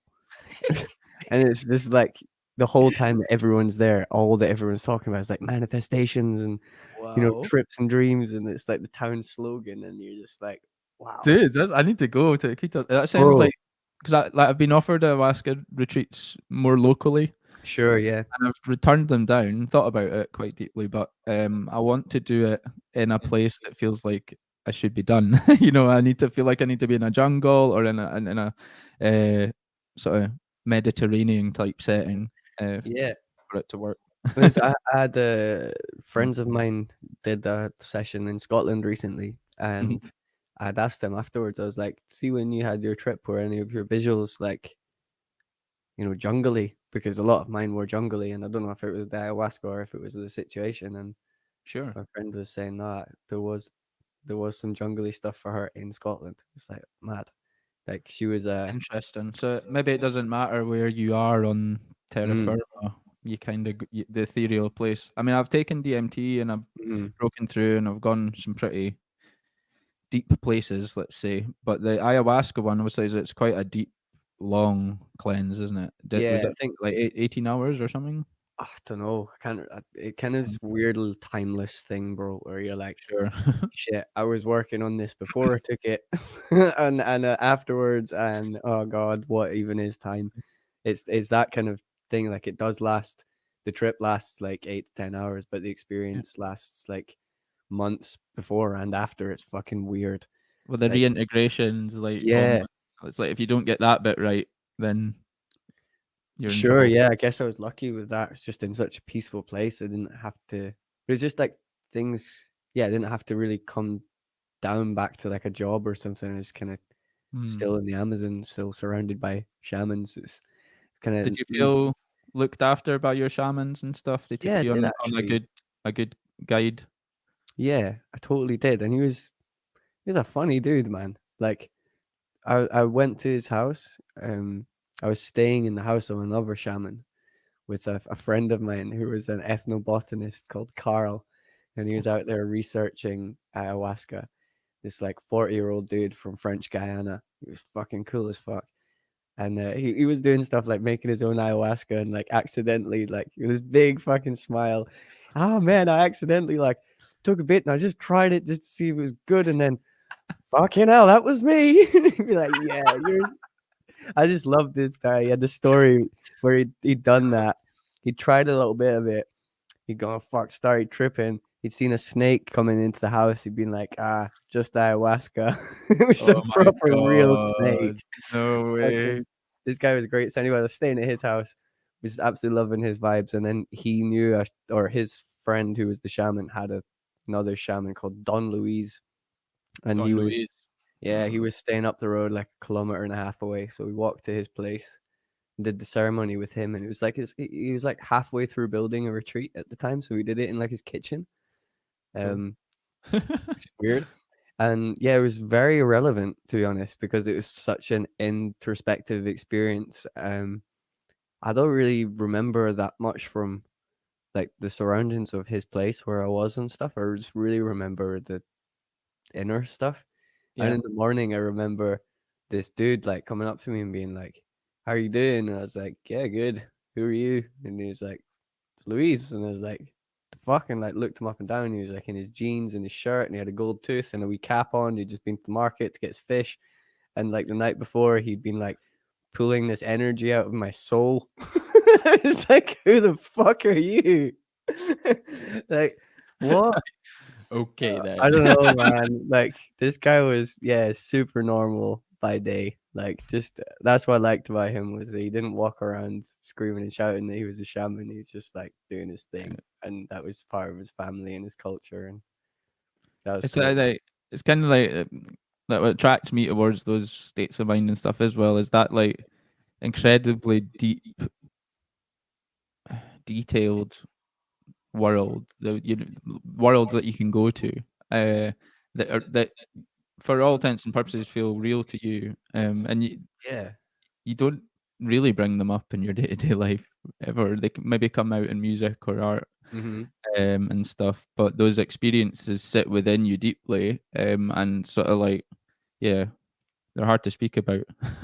Yeah, they are. I think that it's one massive failing of our society is we don't give people a chance to, and like even within our community, I feel like we could do better in terms of listening to people when they talk about these things. And there's so there's so much of a pressure put on people to yeah go be open minded or whatever. But keep it cool, keep it short, keep it digestible, keep it palatable. Don't talk about this too much. Don't say these things too deeply. Don't be too deep. Don't be too far out the box.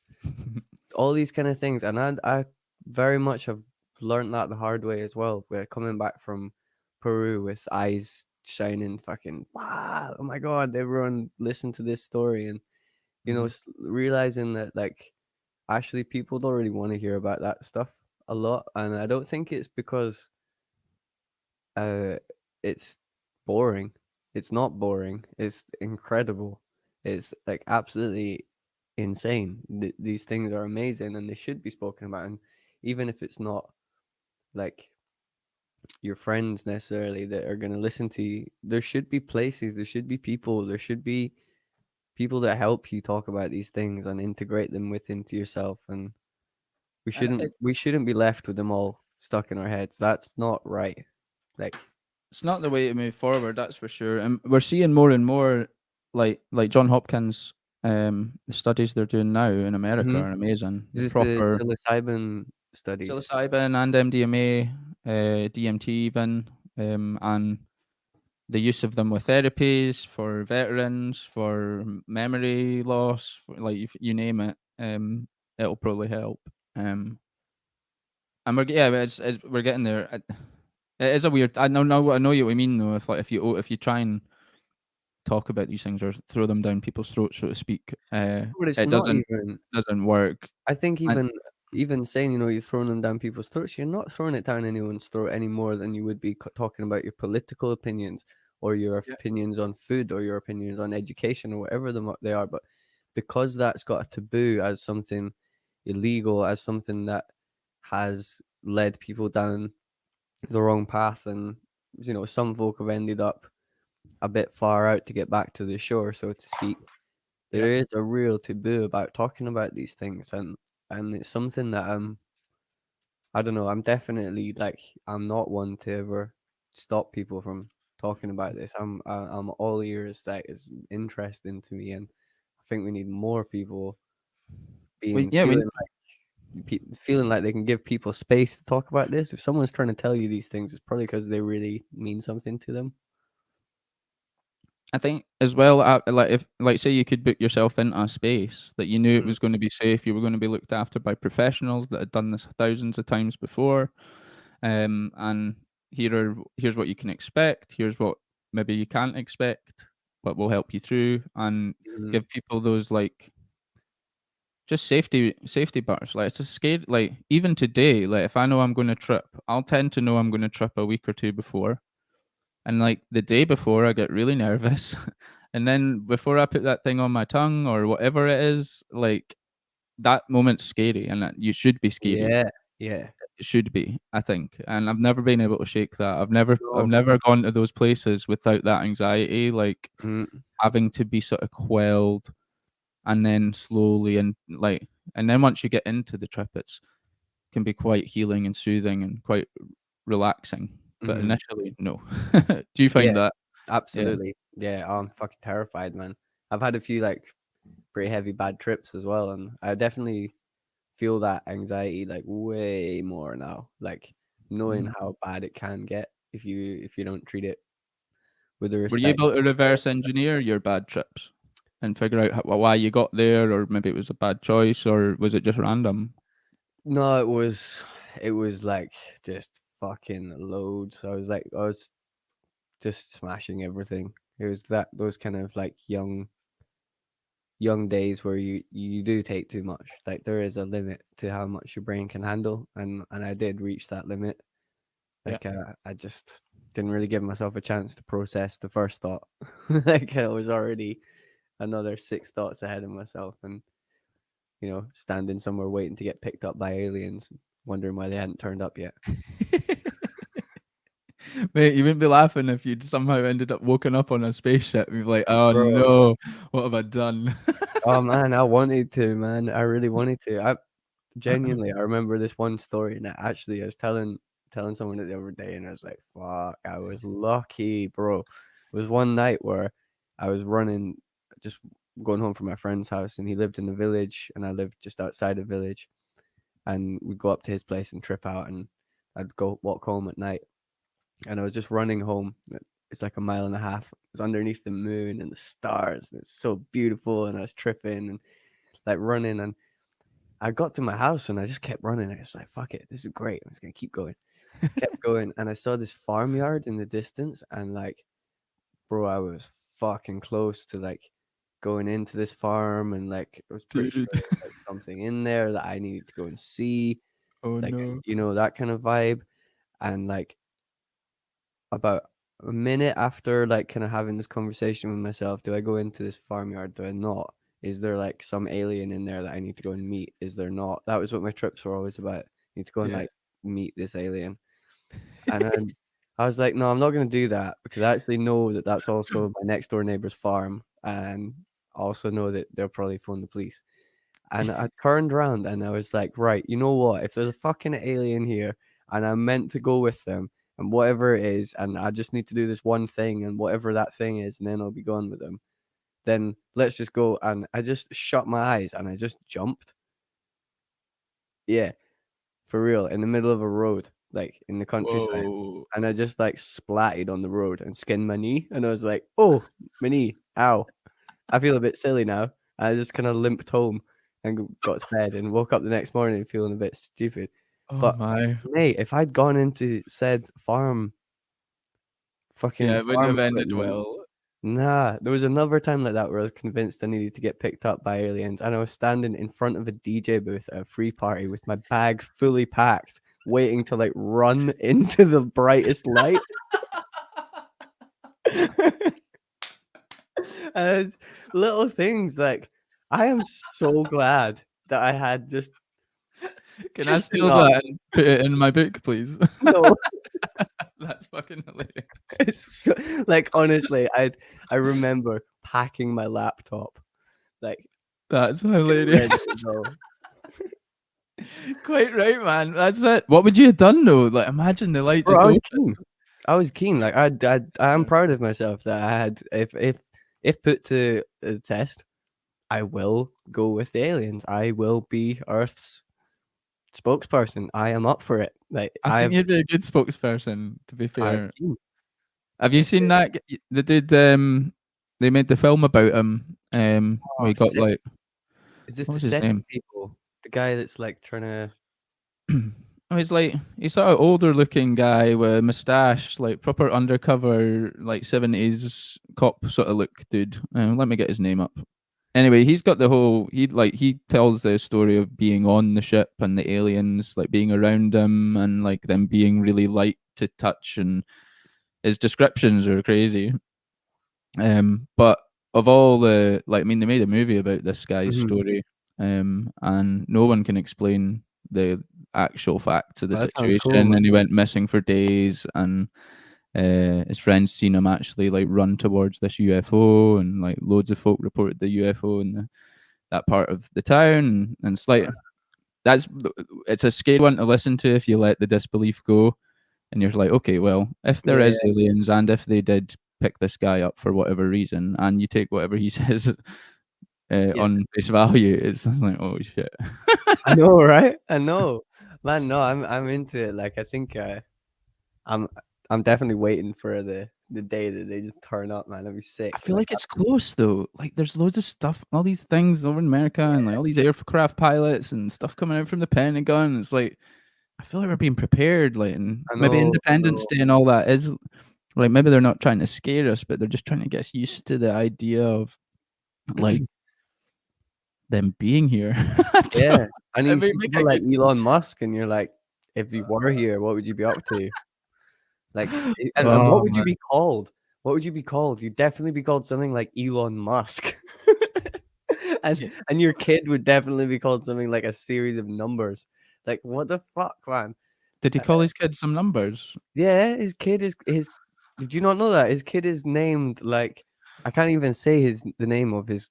Type in on your Find out. Google, what is the name of Elon Elon Musk. Musk's kid? Oh my god! Yeah, bro. Yeah, it's like his favorite Come fighter on, jet mixed with like Elon. his favorite chemical mixed with his wife's favorite number mixed with some. It's like, dude, what? So let's. I can't say it. Yeah, I'm just going No, to bring up the screen so everyone can see.